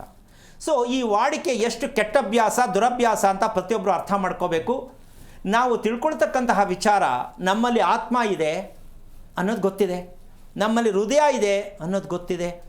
ಆದರೂ ಕೂಡ ನಮ್ಮ ಆತ್ಮ ಒಂದು ಹೃದಯ ಅಂತಕ್ಕಂಥದ್ದು ಇದೆ ಅನ್ಬೇಕಾದ್ರೆ ಆ ಹೃದಯದಲ್ಲಿ ಶ್ರೀಮನ್ನಾರಾಯಣ ವಾಸ ಮಾಡ್ತಾ ಇದ್ದಾನೆ ಅಂತಲೂ ಗೊತ್ತಿದೆ. ಅದಕ್ಕೆ ನಾರಾಯಣ ಹೃದಯಾಲಯ ಅಂತ ಹೆಸರಿಟ್ಟವ್ರೆ. ಇಲ್ಲಾಂದ್ರೆ ಅದಕ್ಕೂ ಯಾವುದೋ ಕಿತ್ತೋಗಿರೋ ಇಂಗ್ಲೀಷ್ ಹೆಸರಿಟ್ಟಿರೋರು. ಸೈನ್ಸು ಒಪ್ಕೊಂಡಿದೆ, ಹೃದಯದಲ್ಲಿ ನಾರಾಯಣ ವಾಸ ಮಾಡ್ತಾರೆ ಅಂತ ಅವರು ಒಪ್ಕೊಂಡಿದ್ದಾರೆ. ಅದಕ್ಕೆ ನಾರಾಯಣ ಹೃದಯಾಲಯ ಅಂತ ಹಾಕಿದ್ದಾರೆ. ನಮ್ಮ ಜನಕ್ಕಿನ್ನೂ ಅರ್ಥ ಆಗಿಲ್ಲ. ಸೈನ್ಸೇ ಇದು ಒಪ್ಕೊಂಡಿದೆ, ಆದರೂ ಸೈನ್ಸ್ ನಾವು ಓದಿದ್ದೀವಿ ಅವೆಲ್ಲ ನಂಬೇಡಿ ಅನ್ನೋರಿಗೆ ನಾರಾಯಣ ಅನ್ನೋದು ಹೆಸರು ಅಲ್ಲಿಗೆ ಯಾಕೆ ಬಂತು ಕೇಳ್ಬೋದಾಗಿತ್ತಲ್ಲ ಅಲ್ವಾ? ಈ ಥರ ವಿಚಾರಗಳನ್ನ ಕೇಳಿದ್ರೆ ಬೇಕಾದಷ್ಟು ನಿಮಗೆ ಮಾಹಿತಿ ಕೊಡ್ಬೋದು. ಹೃದಯದಲ್ಲಿ ಇರ್ತಕ್ಕಂತಹ ಸತ್ಯವನ್ನೇ ನಾವು ಅರ್ಥ ಮಾಡ್ಕೊಳ್ಳದೆ ಎಲ್ಲಿಂದ ಎಲ್ಲಿಗೆ ನಾವು ಬದುಕಲಿಕ್ಕಾಗತ್ತೆ ಸ್ವಲ್ಪ ಯೋಚನೆ ಮಾಡಬೇಕು. ಅದಕ್ಕೋಸ್ಕರವಾಗಿ ಸೂರ್ಯನನ್ನು ನಾವು ಎಷ್ಟು ಕಂಡಮ್ ಮಾಡಿದ್ದೀವಿ ಅನ್ನೋದಕ್ಕೆ ಇನ್ನೊಂದು ಉದಾಹರಣೆ ಕೊಡ್ತೀನಿ. ಬೆಳಗಿನ ಸೂರ್ಯದಲ್ಲಿ ಉತ್ಪತ್ತಿ ಆಗ್ತಕ್ಕಂಥ ಕಿರಣದಿಂದ ಏನು ಬರುತ್ತೆ? ಶಾಖ ಉತ್ಪತ್ತಿ ಆಗತ್ತೆ. ಬೆಳಗಿನ ಉದಯ ಸೂರ್ಯದಿಂದ ಬರ್ತಕ್ಕಂಥದ್ದು ನಿನ್ನೆ ಕೂಡ ಹೇಳಿದ್ದೀನಿ, ಶಾಖ ಉತ್ಪತ್ತಿ ಆಗತ್ತೆ. ಅದು ತಿಳ್ಕೋಬೇಕು. ಮುಳುಗುವ ಸೂರ್ಯನಿಂದ ಏನು ಉತ್ಪತ್ತಿ ಆಗತ್ತೆ? ಅಗ್ನಿ ಉತ್ಪತ್ತಿ ಆಗತ್ತೆ. ಅಂದರೆ ನಮ್ಮ ದೇಹ ತಡ್ಕೊಳಕ್ಕಾಗಲ್ಲ, ಅಂತಹ ಶಾಖ ಇರುತ್ತೆ ಸೂರ್ಯ ಮುಳುಗಿದಾಗ. ಈಗ ಈ ಶಾಖ ಆರೋಗ್ಯ, ಅಭಿವೃದ್ಧಿ, ನೆಮ್ಮದಿ, ಸಂಪತ್ತಿಗಾಗಿ ಶಾಖ ಬೇಕು. ಅವನೇ ಶ್ರೀಮನ್ನಾರಾಯಣ ಭಗವಂತ. ಪೂರ್ವದಲ್ಲಿ ಬಾಗಿಲಿಟ್ಟಿದ್ದೀವಾ? ಪೂರ್ವದಲ್ಲಿ ನಾವು ಸೂರ್ಯನ ಇರಿಸ್ಕೊಂಡಿದ್ದೀವಾ? ಸೂರ್ಯನ ನಾವು ಬರ್ಮಾಡ್ಕೋತಾ ಇದ್ದೀವಾ? ಇಲ್ಲ. ಅಂದಮೇಲೆ ಅಭಿವೃದ್ಧಿ ಹೆಂಗಾಗ್ತೀರಾ? ಅದಕ್ಕೇನು ಹೇಳುತ್ತೆ? ಜ್ಯೇಷ್ಠ ಪುತ್ರ. ಪೂರ್ವದಲ್ಲಿ ಪಕ್ಕಾ ಸೂರ್ಯನನ್ನು ಯಾರು ಕೂರಿಸ್ಕೊಂಡಿಲ್ವೋ ಅವರ ಮನೆಯಲ್ಲಿರ್ತಕ್ಕಂಥ ಮನೆಯ ಯಜಮಾನನಿಗೆ ಸದಾ ರೋಗ. ನಂಬರ್ 1. ಅದು ಬಿಟ್ಟರೆ ಮನೆಗೆ ಹಿರಿಮಗ ಅಂತ ಯಾರು ಹುಟ್ಟಿದ್ರೆ ಅಥವಾ ಜ್ಯೇಷ್ಠ ಪುತ್ರಿ ಹುಟ್ಟಿದ್ರೆ ಇವರಿಬ್ಬರಿಗೂ ಹೊಡ್ತಾ ಹೊಡೆಯುತ್ತೆ. ಏನದು ಅಂದರೆ ಅಕ್ಕನಿಗೆ ಮದುವೆ ಮಾಡಬೇಕು ಅಂದರೆ ತಂಗಿಗೆ ಮದುವೆ ಆಗತ್ತೆ, ಅಣ್ಣನಿಗೆ ಮದುವೆ ಮಾಡಬೇಕು ಅಂದರೆ ತಮ್ಮನಿಗೆ ಮದುವೆ ಆಗತ್ತೆ. ಈ ವಿಚಿತ್ರವಾದ ವಿಷಯ ಎಷ್ಟು ಮನೆಗಳು ನಡೀತಾ ಇಲ್ಲ. ಆದರೆ ನಾವು ಯಾಕೆ ತಿಳ್ಕೊತಾ ಇಲ್ಲ? ನಾವು ಅಂದ್ಕೊಂಡಿದ್ದು ಅಕ್ಕ ಅಣ್ಣನಿಗೆ ಮಾಡಬೇಕು, ಇದೇನು ತಂಗಿಗಾಯ್ತಲ್ಲ. ಅಂದರೆ ನಾವು ಕಟ್ಟಿರುವ ಮನೆ ಎಷ್ಟು ಮಟ್ಟಕ್ಕೆ ತಿಳ್ಕೊಂಡಿದ್ದೀವಿ ಅಂತ ನೀವೇ ಡಿಸೈಡ್ ಮಾಡಿ. ಎಲ್ಲೋ ಕೇಳಕ್ಕೆ ಹೋಗೋದಲ್ಲ, ನಿಮ್ಮ ಮನೆಯಲ್ಲಿ ಎಲ್ಲವೂ ಕೂಡ ಇರ್ತಕ್ಕಂತಹ ಸತ್ಯವನ್ನು ನೀವು ತಿಳ್ಕೊಳ್ಬೇಕಾದಂಥ ವಿಚಾರ. ನಾಳೆ ಇದರ ಚಿತ್ರಣವನ್ನು ತೋರಿಸ್ತೀನಿ, ಸ್ವಲ್ಪ ಕಣ್ಣಲ್ಲಿ ನೋಡಿ ನಾಳೆ. ಯಾಕೆ ಅಂದರೆ ಸೂರ್ಯ ಮತ್ತು ಭೂಮಿಯನ್ನು ನಾವು ಎಷ್ಟು ಮಟ್ಟಕ್ಕೆ ಬಳಸೋದಕ್ಕೆ ಪ್ರಯತ್ನ ಮಾಡಿದ್ದೀವಿ ಅಂದರೆ ಪೂರ್ವ ಪಶ್ಚಿಮಕ್ಕೆ ಇರ್ತಕ್ಕಂತಹ ಮುಳುಗುವ ಸೂರ್ಯ, ಉದಯ ಸೂರ್ಯ ಅಂತ ಗೊತ್ತಾಯ್ತಲ್ಲಮ್ಮ. ಹೀಗಿರಬೇಕಾದ್ರೆ ನಿವೇಶನ ಹೇಗಿರಬೇಕು? ಪೂರ್ವ ಪಶ್ಚಿಮವಾಗೇ ಇರಬೇಕು, ಹೌದಾ? ಇದು ಕರೆಕ್ಟ್ ಅಂತ. ಈಗ ಉತ್ತರ ದಕ್ಷಿಣದಲ್ಲಿ ಮನೆ ಕಟ್ಟಿರ್ತಕ್ಕಂಥ ಹಣೆ ಬರ, ನಿಮ್ಮ ಕುಟುಂಬದ ಕತೆ, ಮದುವೆ ಕತೆ, ಹಾರ್ಟ್ ಅಟ್ಯಾಕ್ ಆಗೋ ಕತೆ ದಯವಿಟ್ಟು ನೋಡ್ಕೊಳ್ಳಿ. 89% ಉತ್ತರ ದಕ್ಷಿಣಕ್ಕೆ ಇರ್ತಕ್ಕಂಥ ನಿವೇಶನವನ್ನು ಆರಿಸ್ಕೊತಾ ಇದ್ದೀವಿ, ಮನೆಯನ್ನು ಕಟ್ತಾ ಇದ್ದೀವಿ. 89% ಹೇಳ್ತಾ ಇದ್ದೀನಿ. 2% ಪೂರ್ವ ಪಶ್ಚಿಮ ಮನೆಯನ್ನು ನಾವು ಕಟ್ಟಬೇಕು ಅನ್ನೋ ಸತ್ಯ ಜನಕ್ಕೆ ಗೊತ್ತಿಲ್ಲ. ಯಾಕೆ? ನಂಬರ್ 1, ಹೇಳುತ್ತಿರುವವರಿಗೆ ಈ ಅಧ್ಯಯನ ಯಾಕೆ ಆಗಿಲ್ಲ ಗೊತ್ತಿಲ್ಲ. ನಾವು ಅಂಥವ್ರ ಕೈಗೆ ಸಿಕ್ಕಾಕೋತೀವಿ ಹೋಗಿ. ಈಗ ಇನ್ನೂ ಯುಗಾದಿ ಹಬ್ಬ ಬಂದೇ ಇಲ್ಲ. ಜನವರಿ 1ಗೆ ಭವಿಷ್ಯ ಶುರುವಾಗ್ಬಿಡೈತೆ. ನಿನ್ಗೆ ಆ ಗ್ರಹ ಬರ್ತದೆ, ನಿನ್ಗೆ ಈ ಗ್ರಹ ಬರ್ತದೆ, 26ಕ್ಕೆ ಹಂಗೆ ಆಯ್ತದೆ, 26ಕ್ಕೆ ಹಿಂಗೆ ಆಯ್ತದೆ, ಶುರು ಹಚ್ಕೊಂಡ್ಬಿಡ್ತಾವೆ. ಇದು ಸ್ಕೀಮ್. ಇದು ಇನ್ನು ಯುಗಾದಿ ಬಂದಮೇಲೆ ಒಂದು ಸ್ಕೀಮು. ಏನಮ್ಮ, ಈ ಮಟ್ಟಕ್ಕೆ ನಮ್ಮ ದೇಶನ ನಾವು ರಕ್ಷಣೆ ಮಾಡ್ತಕ್ಕಂಥ ಧರ್ಮ ಇರ್ತಕ್ಕಂಥದ್ದು ರಕ್ಷಣೆ ಮಾಡೋಕ್ಕೆ ನಮಗೆ ಭಗವಂತ ಇಲ್ಲಿ ಕಳಿಸಿರೋದು, ಹೌದಾ? ನಾವು ರಕ್ಷಣೆ ಮಾಡ್ತಾ ಇಲ್ಲ, ಭಕ್ಷಣೆ ಮಾಡ್ತಾ ಇದ್ದೀವಿ. ಹಣಕ್ಕೋಸ್ಕರವಾಗಿ ಭಕ್ಷಣೆ ಮಾಡ್ತಕ್ಕಂಥ ಜನ ಇರಬೇಕಾದ್ರೆ ನಮ್ಮ ದೇಶ ಎಲ್ಲಿಂದ ಸುಭಿಕ್ಷವಾಗುತ್ತೆ? ಪ್ರತಿಯೊಬ್ಬರು ಯೋಚನೆ ಮಾಡಿ. ಅದ ಕಾರಣವಾಗಿ ನಾವು ಹೇಳೋರನ್ನ ಒಪ್ಕೊಳ್ಳೋದು ಬೇಡ. ನಾವು ನಮ್ಮ ದೇಹ, ನಮ್ಮ ಮನೆಯನ್ನು ಗುರುತಿಸ್ಕೊಳ್ಳೋ ಮಟ್ಟಕ್ಕೆ ಈ ಆರೋಗ್ಯ ರಹಸ್ಯ ಕಾರ್ಯಕ್ರಮದಲ್ಲಿ ಪ್ರತಿಯೊಬ್ಬರು ಪಾಲಿಸಬೇಕಾದದ್ದು, ತಿಳಿಬೇಕಾದ ವಿಚಾರ. ನೀವು ಜ್ಞಾನವಂತರಾಗುವುದಕ್ಕೆ ಪ್ರಯತ್ನವನ್ನು ಪಡಿ. ಬುದ್ಧಿಯನ್ನು ಬಳಸಿ ಶಾಸ್ತ್ರ ಕೇಳಕ್ಕೆ ಹೋಗಬೇಡಿ, ಬುದ್ಧಿಯನ್ನು ಬಳಸಿ ಮನೆ ಕಟ್ಟಕ್ಕೆ ಹೋಗಬೇಡಿ, ಬುದ್ಧಿಯನ್ನು ಬಳಸಿ ಮನೆ ಮಾಡೋಕ್ಕೆ ಯಾವುದೇ ಕಾರಣಕ್ಕೂ ಮಗು ಮಾಡ್ಕೊಳ್ಳೋಕ್ಕಾಗಲಿ, ಮನೆ ಮಾಡ್ಕೊಳ್ಳೋಕ್ಕಾಗಲಿ. ಇವತ್ತು ತಾನೇ ಹೇಳಿದ್ದೀನಿ, ಮಗು ಹುಟ್ಟಿದ ಸಮಯ ಯಾಕೆ ಚೆನ್ನಾಗಿಲ್ಲ ಅಂದರೆ ಅದು ನಿಮ್ಮ ಮನೆಯೇ ಕಾರಣ. ಈಗ ಸಡನ್ನಾಗಿ ಬಾಡಿಗೆ ಮನೇಲಿರ್ತಾರೆ, ಬೋಗಿದ ಮನೇಲಿರ್ತಾರೆ. ನಮ್ಮ ಹತ್ರ ಬಂದ ತಕ್ಷಣ ಸ್ವಾಮಿ ನನ್ನ ಮಗ ಹೇಳೋದು ಮಾತು ಕೇಳ್ತಾ ಇಲ್ಲ, ಅಥವಾ ನನ್ನ ಮಗಳು ಏನೋ ಅಕಸ್ಮಾತ್ ಯಾರೋ ಲವ್ ಮ್ಯಾರೇಜ್ ಮಾಡ್ಕೊಂಡೋದು ಅಂತ ಕಾನ್ಸೆಪ್ಟ್ ತರ್ತಾರೆ. ಈಗ ಮನೆ ಸರಿ ಇಲ್ಲ ಅಂತ ಹೇಳೋಕ್ಕೆ ಅವ್ರ ಸ್ವಂತ ಮನೆ ಅಲ್ಲ. ಸ್ವಂತ ಮನೆ ಆಗಿದ್ರೂ ಮನೆ ರಿಪೇರಿ ಮಾಡೋಕ್ಕಾಗಲ್ಲ. ಆಗತ್ತೇನಮ್ಮ? ಇಲ್ಲ. ಈಗ ಅವರಿಗೆ ನಾವು ಪರಿಹಾರ ಅಂತ ಹೇಳ್ಕೊಡ್ಬೇಕಾ, ರಿಪೇರಿ ಮಾಡಬೇಕಾ? ನಾವೇನು ಹೇಳ್ಕೊಡ್ಬೇಕು ಅವಾಗ? ಪರಿಹಾರ ಹೇಳಂಗಿಲ್ಲ. ಇದು ಮನೆ ಹಾಳು ಮಾಡೋ ವಿಚಾರ, ಇದು ಸ್ಕೀಮು.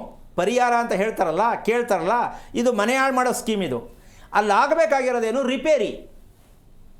ಕಾರ್ ಕೆಟ್ಟೋಗಿದೆ, ಗಂಧದ ಕಡ್ಡಿ ಹಚ್ಚಿ ಪೂಜೆ ಮಾಡಿದ್ರೆ ಮುಂದಕ್ಕೆ ಹೋಗುತ್ತೇನಮ್ಮ? ಏನು ಮಾಡ್ಬೇಕದನ್ನ? ಸರಿ ಮಾಡಬೇಕು, ರಿಪೇರಿ ಮಾಡಬೇಕು. ಇಲ್ಲ, ನಾವೇನಿದ್ರು ಒಂದು ಹಸಿ ಮೆಣಸಿನ್ಕಾಯಿ, ಇಜ್ಜಲು, ನಿಂಬೆಹಣ್ಣು ಕಟ್ಟಿಬಿಟ್ಟು ಒಂದು ಈಡ್ಗಾಯಿ ಹೊಡೆದ್ಬಿಟ್ಟು ಮುಂದಕ್ಕೆ ಹೋಗುತ್ತಾ? ನಮ್ಮದು ಈ ಥರದ ಜನ. ಯಾವುದಕ್ಕೆ ಯಾವುದನ್ನು ಮಾಡಬೇಕು ಅದನ್ನೇ ಮಾಡಬೇಕು. ನಾವು ರಿಪೇರಿ ಮಾಡ್ಕೊಳ್ಳೋದು ಕಲಿಬೇಕು. ಮಗು ಹುಟ್ಟಿತು, ರಿಪೇರಿ ಮಾಡ್ಕೊಂಡಿದ್ದೀರಾ? ಇಲ್ಲ. ಮನೆ ಕಟ್ಟಿದ್ರಿ, ರಿಪೇರಿ ಮಾಡ್ಕೊಂಡಿದ್ದೀರಾ? ಇಲ್ಲ. ಮದುವೆ ಮಾಡ್ಕೊಂಡ್ರಿ, ರಿಪೇರಿ ಮಾಡ್ಕೊಂಡಿದ್ದೀರಾ? ಇಲ್ಲ.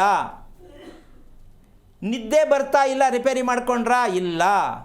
ತಿಂದು ಊಟ ಅರಗ್ತಾ ಇಲ್ಲ, ರಿಪೇರಿ ಮಾಡ್ಕೊಂಡ್ರಾ? ಇಲ್ಲ. ರಿಪೇರಿ ಅನ್ನೋದು ಪ್ರತಿಯೊಬ್ಬ ಮನುಷ್ಯನಿಗೆ ಇದನ್ನು ಸಂಸ್ಕಾರ ಅಂತ ನಿಮಗೆ ಅರ್ಥ ಆಗಲಿ ಅಂತ ರಿಪೇರಿ ಅಂತ ಹೇಳಿದೆ. ರಿಪೇರಿಯ ಮೂಲ ಅರ್ಥ ಸಂಸ್ಕಾರ. ಏನು? ನಮ್ಮ ಜೀವನದ, ನಮ್ಮ ದೇಹ, ಜೀವನ ಮತ್ತು ದೇಹ. ಜೀವ ಜೀವನ, ಜೀವ ಜೀವನ. ಜೀವ ಅಂತಕ್ಕಂಥದ್ದೇನು? ಪ್ರಾಣ. ಜೀವಾತ್ಮ, ಪರಮಾತ್ಮ. ಈ ಪರಮಾತ್ಮ ಅಂತಕ್ಕಂಥದ್ದು ಎಲ್ಲೋ ಗುಡಿಯಲ್ಲಿ ಕೂತವ್ರೆ, ಅವರು ಕಿರೀಟ ಹಾಕೊಂಡು ಕೂತವ್ರೆ, ಮರದ ಮೇಲೆ ಕೂತವ್ರೆ, ಆಕಾಶದಲ್ಲಿ ಕೂತವ್ರೆ ಅಂತ ನಾವು ತಿಳ್ಕೊಳ್ಳೋದಿದೆಯಲ್ಲ, ಇದನ್ನು ಮೊದಲು ಬಿಡಬೇಕು. ಭಗವಂತ ಅಂತಕ್ಕಂಥದ್ದು, ನಾವು ಪರಮಾತ್ಮ ಜೀವಾತ್ಮಕ್ಕೆ ಇರ್ತಕ್ಕಂಥ ಸತ್ಯವನ್ನು ತಿಳಿಯೋದಕ್ಕೆ ನಿಮ್ಮ ವಾಸದ ಮನೆಯನ್ನು ಭಗವಂತ ಬರೋದಕ್ಕೆ ಉಪಯೋಗಿಸಿ, ಭಗವಂತ ಹೋಗುವುದಕ್ಕೆ ಉಪಯೋಗಿಸಿ. ಅಂದರೆ ಬರೋದು ಹೋಗೋದು ಎರಡೂ ಇದ್ದಾಗ ರಿಲೇಷನ್ಶಿಪ್ ಚೆನ್ನಾಗಿದೆ. ಬಂದವರು ಅಲ್ಲೇ ಉಳ್ಕೊಂಡ್ರೆ ರಿಲೇಷನ್ಶಿಪ್ ಇರಲ್ಲ. ಏನಮ್ಮ ಹೇಳ್ತೀಯಾ? ಹೌದಲ್ಲ? ಬರಬೇಕು, ಹೋಗಬೇಕು. ಹಾಗೆ ಭಗವಂತ ಬರಬೇಕು, ಹೋಗಬೇಕು ಅಂತಕ್ಕಂಥ ಆಗಮನ ನಿರ್ಗಮನ ಮಾಡ್ತಕ್ಕಂತಹ ಪ್ರವೇಶ ದ್ವಾರಗಳನ್ನು ನೀವು ಇಡೋದೇ ಆದರೆ ಆ ದ್ವಾರದಲ್ಲಿ ಶಕ್ತಿ ಎಷ್ಟಿದೆ, ಅದಕ್ಕೆ ನಾವು ಯಾವ ರೀತಿ ಅನುಸರಣೆ ಮಾಡ್ಕೋಬೇಕು ಅಂತಕ್ಕಂಥ ಸತ್ಯವನ್ನು ಗಂಡ ಹೆಂಡತಿನೂ ಕೂಡ ತುಂಬ ಅನ್ಯೂನ್ಯತೆಯಾಗಿ ಸದಾ ಪ್ರೀತಿಯಿಂದ ಇರಬೇಕು ಅಂತ ಮದುವೆ ಮಾಡಿಕೊಂಡು ಮದುವೆಲೇ ಗಲಾಟೆ, ಮದುವೆ ಆದ ತಕ್ಷಣ ಗಲಾಟೆ, ಇದೆಲ್ಲ ಆಗುತ್ತಿರುವ ಕಾರಣ ನಿಮ್ಮ ಮನೆಯಲ್ಲಿ ಎರಡು ವಾಸ್ಕಾಲು ಅಂತ ಹೇಳ್ತಾರೆ ಕೆಲವರು, ಅದನ್ನು ಹೊಸಲು ಅಂತ ಹೇಳ್ತಾರೆ, ಮೇನ್ ಡೋರ್ ಅಂತ ಹೇಳ್ತಾರೆ. ನಿಮ್ಗೆ ಯಾವ ಭಾಷೆ ಬೇಕು ಅರ್ಥ ಮಾಡ್ಕೊಳ್ಳಿ. ನಿಮ್ಮ ಮನೆಯಲ್ಲಿ ಎರಡು ದ್ವಾರಗಳನ್ನು ದಯವಿಟ್ಟು ಹೊಸ ವರ್ಷ ಬರುವುದಕ್ಕೆ ಮುಂಚೆ ಜ್ಯೋತಿಷ್ಯ ಕೇಳುವುದನ್ನು ಬಿಟ್ಟು ನಿಮ್ಮ ಮನೆಯಲ್ಲಿರುವ ಎರಡೂ ಬಾಗಿಲುಗಳನ್ನು ಏನಾದರೂ ಮಾಡೋದಕ್ಕೆ ಜಾಗ ಇದೆಯಾ? ಬರೀ 1.5 ಅಡಿ ಜಾಗ ಇದ್ರೂ ಸಾಕು, ಮಾಡ್ಕೋಬಹುದು. ಹೆದರ್ಕೋಬೇಡಿ. 2 ಅಡಿ ಜಾಗ ಇದ್ರೂ ಮಾಡ್ಕೋಬಹುದು. ಆದರೆ ಎರಡೂ ದ್ವಾರಗಳನ್ನು ಯಾವ ಭಾಗದಲ್ಲಿ ಇಟ್ಟರೆ ಒಳ್ಳೆಯದು ಅಂತ ತಿಳ್ಕೊಂಡು ಮಾಡಿ. ಏಳವರೆ ತಾಳುವಂಥ ಪಶ್ಚಿಮಕ್ಕೆ ಎಲ್ಲ ಒಡೆದು ಎಲ್ಲೋ ಒಂದು ಕಡೆ ಇಟ್ಟುಬಿಟ್ಟು ಸಾಲ ಮಾಡಿಕೊಂಡು ಮತ್ತೆ ತಲೆ ಮೇಲೆ ಕೈ ಹೊತ್ಕೊಂಡು ಕೂತ್ಕೋಬೇಡಿ. ಎರಡೂ ದ್ವಾರಗಳನ್ನು ನಿರ್ಮಾಣ ಮಾಡ್ತಕ್ಕಂಥದ್ದು ನಿಮ್ಮ ಮನೆ ಶುಭವಾದ ಮನೆಯಾಗತ್ತೆ. ನಿಮ್ಮ ಮಕ್ಕಳು ನಿಮ್ಮ ಕೈಗೆ ಬರ್ತಾರೆ, ನೀವು ನಿಮ್ಮ ಮಕ್ಕಳ ಕೈಗೆ ಹೋಗ್ತೀರಾ. ನಿಮ್ಮ ಗಂಡ ಹೆಂಡತಿ ನೀವೇ ಜೀವನದಲ್ಲಿ ತೃಪ್ತಿಯಾಗಿ ಪ್ರೀತಿಯಿಂದ ಬದುಕೋದಕ್ಕೆ ಅವಕಾಶ ಆಗತ್ತೆ. ಈ ಹೊಸ ವರ್ಷದ ವಿಶೇಷ ನಾನು ಜ್ಯೋತಿಷ್ಯ ಹೇಳಲ್ಲ, ಪರಿಹಾರ ಹೇಳಲ್ಲ. ನಿಮ್ಮ ಮನೆಯನ್ನು ರಿಪೇರಿ ಮಾಡೋದು ಯಾವುದರಿಂದ? 2 ಬಾಗಿಲು ನಿಮ್ಮ ಮನೆಗೆ ಕೇಳುತ್ತೆ. ಇದನ್ನು ಪ್ರಯತ್ನ ಪಡೋದೇ ಆದರೆ ಯುಗಾದಿಗೂ ಜ್ಯೋತಿಷ್ಯ ಕೇಳಬೇಡಿ, ಯಾವಾಗಲೂ ಜ್ಯೋತಿಷ್ಯ ಕೇಳಬೇಡಿ. ನಿಮ್ಮ ಜ್ಯೋತಿಷ್ಯ ನಿಮ್ಮ 2 ಮನೆಯ ದ್ವಾರದಲ್ಲಿದೆ. ಇದನ್ನು ಪ್ರತಿಯೊಬ್ಬರು ಅರ್ಥ ಮಾಡ್ಕೊಳ್ಳಿ ಅಂತ ಹೊಸ ವರ್ಷದ ಮೂಲಕವಾಗಿ ನಿಮಗೆ ಕೊಡ್ತಾ ಇರ್ತಕ್ಕಂಥ ಒಂದು ದೊಡ್ಡ ಸಲಹೆ. ಇದನ್ನು ಪ್ರಯತ್ನ ಮಾಡಿದ್ರೆ ನಿಜಕ್ಕೂ ಉಸಿರಾಡ್ತೀರಾ ನೀವು. ಅಬ್ಬಾ, ಇಷ್ಟೊಂದು ಕಷ್ಟ ಅನುಭವಿಸಿ, ಇದು ಸತ್ಯ ತಿಳ್ಕೊಳ್ಳಿ, ಮಾಡ್ಕೊಳ್ಳೋಕ್ಕೆ ತಿಳ್ಕೊಂಡು ಮಾಡ್ಕೊಳ್ಳಿ ಅಂತಕ್ಕಂತಹ ವಿಚಾರ ನೀವು ಪ್ರತಿಯೊಂದು ರೀತಿಯಲ್ಲೂ ಕೂಡ ನಾವು ಮಾಡ್ಕೊಂಡಿರ್ತಕ್ಕಂಥ ತಪ್ಪು ಏನು ಅಂತಂದರೆ, ಮನೆಯಲ್ಲಿ ಇರ್ತಕ್ಕಂಥ ಸೂರ್ಯನನ್ನು ನಾವು ಪೂರ್ಣವಾಗಿ ಅವರ ದರ್ಶನವನ್ನು ನಮ್ಮ ಮನೆಗೆ ಮಾಡಿಸೋದೇ ಆದರೆ ನೀವು ಯಾರ ಹತ್ರನೂ ಏನೂ ಹೋಗಬೇಕಾಗಿಲ್ಲ. ನಿಮ್ಮ ಮನೆಗೆ ಸೂರ್ಯನ ದರ್ಶನ ಎಷ್ಟು ಪರ್ಸೆಂಟೇಜಲ್ಲಿ ಇರುತ್ತೆ. ಅದಕ್ಕೋಸ್ಕರವಾಗಿ ಒಳ್ಳೆ ಮಲ್ಕೊಂಡ ತಕ್ಷಣ ನಿದ್ದೆ ಬರಬೇಕು ಅಂದರೆ 90 ಡಿಗ್ರಿ ಇರಬೇಕು ನಾವು ಮಲ್ಕೊಳ್ಳೋ ಬೆಡ್ರೂಮಲ್ಲಿ ತಾಪಮಾನ. 90 ಡಿಗ್ರಿ ತಾಪಮಾನ ಇದ್ದರೆ ಮಲ್ಕೊಂಡ ತಕ್ಷಣ ಕೈಲಾಸ ಕರ್ಕೊಂಡೋಗುತ್ತೆ, ಅಂಥ ಅದ್ಭುತವಾದ ನಿದ್ದೆ ಬರುತ್ತೆ. ನಮ್ಮ ದೇಹದ ತಾಪಮಾನ ಗೊತ್ತಿಲ್ಲ, ನಾವು ಮಲಗೋ ರೂಮಿನ ತಾಪಮಾನ ಗೊತ್ತಿಲ್ಲ, ಒಟ್ಟಾರೆ ಮನೆಯಲ್ಲಿರ್ತಕ್ಕಂಥ ತಾಪಮಾನ ಗೊತ್ತಿಲ್ಲ. ಈ ತಾಪಮಾನಕ್ಕೆ ಪ್ರೆಸಿಡೆಂಟ್ ಯಾರು? ಸೂರ್ಯ. ಈ ಸತ್ಯವನ್ನು ಅರ್ಥ ಮಾಡ್ಕೊಂಡಿದ್ದೀರಾ ಅಂತ ಹೇಳ್ತಾ ಕಾರ್ಯಕ್ರಮ ಮುಗಿಸ್ತಾ ಇದ್ದೀನಿ. ಜೈ ಶ್ರೀರಾಮ್. ಸಾಕಷ್ಟು ವಿಚಾರವನ್ನು ಬಹಳ ಅರ್ಥಗರ್ಭಿತವಾಗಿ ತಿಳಿಸ್ಕೊಟ್ಟಿದ್ದೀರಾ. ಧನ್ಯವಾದಗಳು ಗುರೂಜಿ ಕಾರ್ಯಕ್ರಮಕ್ಕೆ ಆಗಮಿಸಿದ್ದಕ್ಕಾಗಿ. ನೋಡಿದ್ರಲ್ವಾ ವೀಕ್ಷಕರೇ, ಬುದ್ಧಿಯಿಂದ ಮುನ್ನಡೆದಾಗ ಅಥವಾ ಬುದ್ಧಿಯಿಂದ ಬದುಕಿದಾಗ ಅದಕ್ಕೆ ಕರ್ಮ ಅಂತ ಹೇಳ್ತಾರೆ, ಜ್ಞಾನದಿಂದ ಬದುಕಿದಾಗ ಅದನ್ನು ಧರ್ಮ ಅಂತ ಹೇಳ್ತಾರೆ ಅಂತ ಹೇಳಿ ಗುರೂಜಿ ಬಹಳ ಅರ್ಥಗರ್ಭಿತವಾಗಿ ತಿಳಿಸ್ಕೊಟ್ಟಿದ್ದಾರೆ. ಇದಾಗಿತ್ತು ಈ ಹೊತ್ತಿನ ವಿಶೇಷ. ನೋಡ್ತಾ ಇರಿ ಜಿ ಕನ್ನಡ ನ್ಯೂಸ್, ಸತ್ಯವೇ ಸುದ್ದಿಯ ಜೀವಾಳ. ಹೆಚ್ಚಿನ ಮಾಹಿತಿಗಾಗಿ ಸಂಪರ್ಕಿಸಿ ಶ್ರೀಮಾನ್ ಶ್ರೀ ಪುರುಷೋತ್ತಮ್ ದೇಶಿಕ್ ಗುರೂಜಿ, ಶ್ರೀ ಧರ್ಮ ಮಾರ್ಗ ಕಚೇರಿ, ನಂಬರ್ 532, ಮಲಥಳ್ಳಿ ಮುಖ್ಯ ರಸ್ತೆ, ಬೆಂಗಳೂರು 560056. ದೂರವಾಣಿ ಸಂಖ್ಯೆ 9148639933, 86189152231, 91082588834.